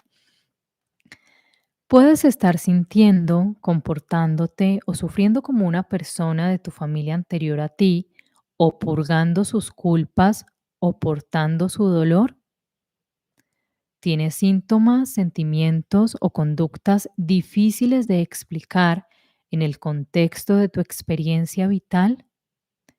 La culpa o el dolor impidieron que algún miembro de tu familia amara a alguien o que sintiera el duelo por su pérdida. ¿Hizo alguien algo por lo que lo rechazaron en la familia? ¿Hubo algún trauma en la familia, la muerte temprana de un padre, un hijo, un hermano, un abandono, un delito, un suicidio, etcétera? Un hecho tan terrible, doloroso o vergonzoso que no se habla de ello. Es posible que estés conectado con ese hecho, haciendo una vida semejante a la de la persona de la que nadie habla. Es posible que estés viviendo el trauma de ese familiar como si fuera tuyo. Esas preguntas, hacernos esas preguntas, háganse esas preguntas, respóndanselas, les va a ayudar a entender si de pronto se están identificando con algún familiar. Ahora, lo que sigue en la siguiente parte del libro son las 4 herramientas del mapa del lenguaje nuclear. Ya hablamos de lo que es el lenguaje nuclear, de los 4 puntos que hay que tener en cuenta, de cómo se expresa el lenguaje nuclear. Entonces, aquí, en la segunda parte, vamos a aprender a hacer el mapa del lenguaje nuclear para poder encontrar dónde se originó. Las 4 herramientas del lenguaje nuclear es uno de los grandes obstáculos en la tarea de resolver los traumas. Es que la fuente de estos suele estar oculta. Es frecuente que no sepamos qué pasos debemos dar cuando no disponemos de un contexto para entender nuestros sentimientos. El lenguaje nuclear puede hacernos visible el origen de un trauma, permitiéndonos soltarnos de los modos en que podemos haber estado reviviendo el pasado. La construcción de tu mapa del lenguaje nuclear tiene 4 pasos. Primero, la queja nuclear. Segundo, los descriptores nucleares. Tercero, la fase nuclear. Y cuarto, el trauma nuclear. En la segunda parte del libro, que vamos a analizar mañana, que vamos a resumir mañana, vamos a entender estos 4 conceptos, los 4 pasos para elaborar el mapa nuclear que nos va a ayudar a hallar el origen de ese trauma, porque muchas veces puede que encontremos el contexto, puede que encontremos la raíz, pero en ocasiones esa raíz no aparece. Ninguno de nuestros padres, ninguno de nuestros abuelos pasó por experiencias traumáticas y nosotros estamos expresando algo que no sabemos dónde está. Esos 4 indicadores, esos 4 pasos, recuerden, es la queja nuclear, los descriptores nucleares, la fase nuclear y el trauma nuclear. Entonces, siendo ya, bueno, acá ya está tardecito, bueno, ni tan tarde, les dejo la cita para mañana, prográmense para mañana porque mañana vamos a analizar la segunda parte de este libro, Este dolor no es mío. Mañana vamos a analizar la segunda parte de este libro, donde vamos a hablar acerca de cómo construir el mapa nuclear. Lo vamos a hacer mañana a eso de las 8 de la noche, hora Colombia. Hora Colombia, los leo por aquí antes de despedirme. A ver, antes, porque no los he leído en todo este rato. Ustedes saben que cuando hacemos resumen, entonces yo como que los dejo que ustedes me escriban, pero para que no nos desviemos del tema. Juan Carlos, ay, muchas gracias, muchas gracias. Miren, así ya que terminamos el resumen, les muestro. ¿Se acuerdan que esta semana les mostré la tacita del oso polar? Hoy tengo la del osito pardo. Muy buenas noches para todos. Muchas gracias por sus comentarios. Emilio, mi esposa tiene muchas cosas en común con mi mamá. Creo que la traje, ahora que lo pienso bien. Lo más extraño es que ellas no tienen una buena relación entre sí. Pasa muchísimo, Nelson. Si ustedes revisan, dicen, no me acuerdo dónde fue que leí eso, no me acuerdo. Pero decía que muchísimas veces buscamos una pareja que se parezca a nuestros progenitores. Entonces, si por ejemplo había un rasgo de nuestra mamá que nos gustaba, que era muy trabajadora, que era muy juiciosa, que era muy atenta, que era muy buena madre, buscamos una pareja con esas características. No me acuerdo de qué libro es, no me acuerdo de qué análisis es, voy a buscarlo para que lo hagamos juntos. Gise, me alegra muchísimo que te haya gustado esa visualización. Me alegra muchísimo que la hayas sentido. Por aquí, espérenme, que acá había otra visualización muy bonita antes de la que les compartí. Espérenme si la encuentro, se las comparto para dejarles esa visualización como para que cierren esta primera parte del libro. Esperen a ver si lo encuentro. No, es la de la madre. A ver si la encuentro para que la hagan y para que queden así listicos para la de mañana. A ver, percibir. A ver. Creo que es esta. Bueno, esta es una visualización. Les voy a compartir esta visualización antes de cerrar el en vivo. Que nos habla, que nos ayuda a percibir este flujo, esta conexión que tenemos con nuestros padres. Ahorita hablamos de que generamos la desconexión por hechos traumáticos, por cosas que no nos gustaron, por desavenencias que teníamos con ellos, era desavenencias, bueno, ustedes me corrigen, por cosas que no teníamos en común con ellos, por formas como nos trataban que no nos gustaban y decidimos, como les he dicho, podar ese árbol familiar. Aquí les voy a compartir una visualización muy bonita que no les compartí, se me olvidó anotarla aquí, que nos ayuda a sentir esa conexión o esa desconexión que tenemos con nuestros padres. Permítanme por acá. Dedica unos minutos a sentir tu conexión o desconexión con tus padres, con independencia de la historia que tengas con ellos. Siente la relación y siente cómo afecta físicamente a tu cuerpo. Visualiza que tienes delante de ti a tus padres biológicos. Si no los llegaste a conocer o si no eres capaz de visualizarlos, limítate a sentir su presencia. Mantén la imagen y hazte las preguntas siguientes. ¿Los estoy acogiendo o me estoy cerrando a ellos? ¿Siento que ellos me acogen a mí? ¿Siento a uno de manera distinta del otro? ¿Tengo el cuerpo relajado al visualizarlos o los tengo tenso? Si estuviera fluyendo de ellos hacia mí una fuerza vivificadora, ¿qué proporción me estaría llegando? ¿Un 5%? ¿Un 25%? ¿Un 50%? ¿Un 75%? ¿O toda la fuerza al 100%? Esta visualización, que es muy bonita, nos ayuda a reconocer esa conexión que tenemos con nuestros padres nos ayuda a mirar qué tanta conexión o qué tanta desconexión tenemos con ellos. Entonces, espero que la vuelvan a escuchar, espero que se respondan las preguntas. Como les digo, todo este tema es un tema de introspección, es un tema de hacernos las preguntas y de darnos las respuestas a nosotros mismos. Si tenemos una mala relación con alguno de nuestros progenitores, este libro es un libro maravilloso. Como les dije, llegó a mi vida de casualidad porque estaba escuchando muchísimo que hablaban de esa serie que no conocía. Les recomiendo que se vean la serie, es chévere, se llama Mi otra yo.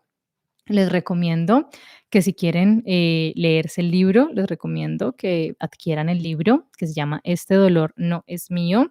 Es de Mark, a mí se me olvidan los apellidos, ustedes me conocen, espérenme, yo me devuelvo. Mark Walling. Les recomiendo que si quieren saber un poquito más acerca del libro, les recomiendo que compren el libro. Nos vemos mañana en la segunda parte, así que prográmense después de las 8 de la noche, hora Colombia.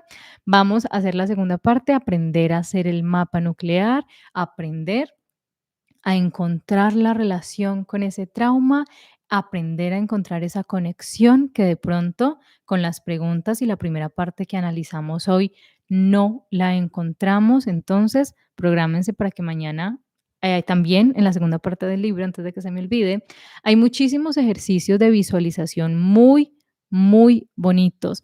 Wilson, la serie está en Netflix, se llama Mi otra yo. Es cortita, creo que tiene como 8 o 10 capítulos, si no estoy mal. Es de esas series, es chévere, aparte de que es una serie para ver un sábado y llorar, también te deja muchísimas enseñanzas. Y si estás en esa búsqueda espiritual, te lleva a entender muchísimas cosas y también te deja regalos bonitos, como lo ha sido para mí este libro, que no lo tenía en mi radar. Yo tengo otros libros en mi radar y llegó este libro ahí a mi radar y vea, aquí estamos.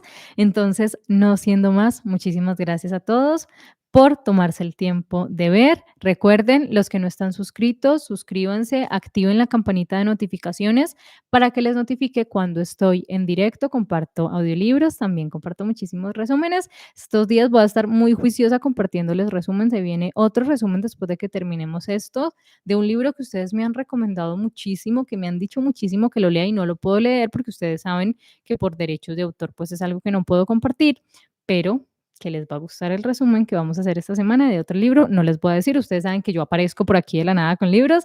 Entonces, no siendo más, espero que tengan una noche bonita, que hayan tenido un buen lunes. Nos vemos mañana. De nuevo, muchas gracias por su apoyo. Un abrazo gigante para todos. Los que no están suscritos, activen la campanita para que no se pierdan la segunda parte de este resumen. Adiosito. Que sueñen bonito.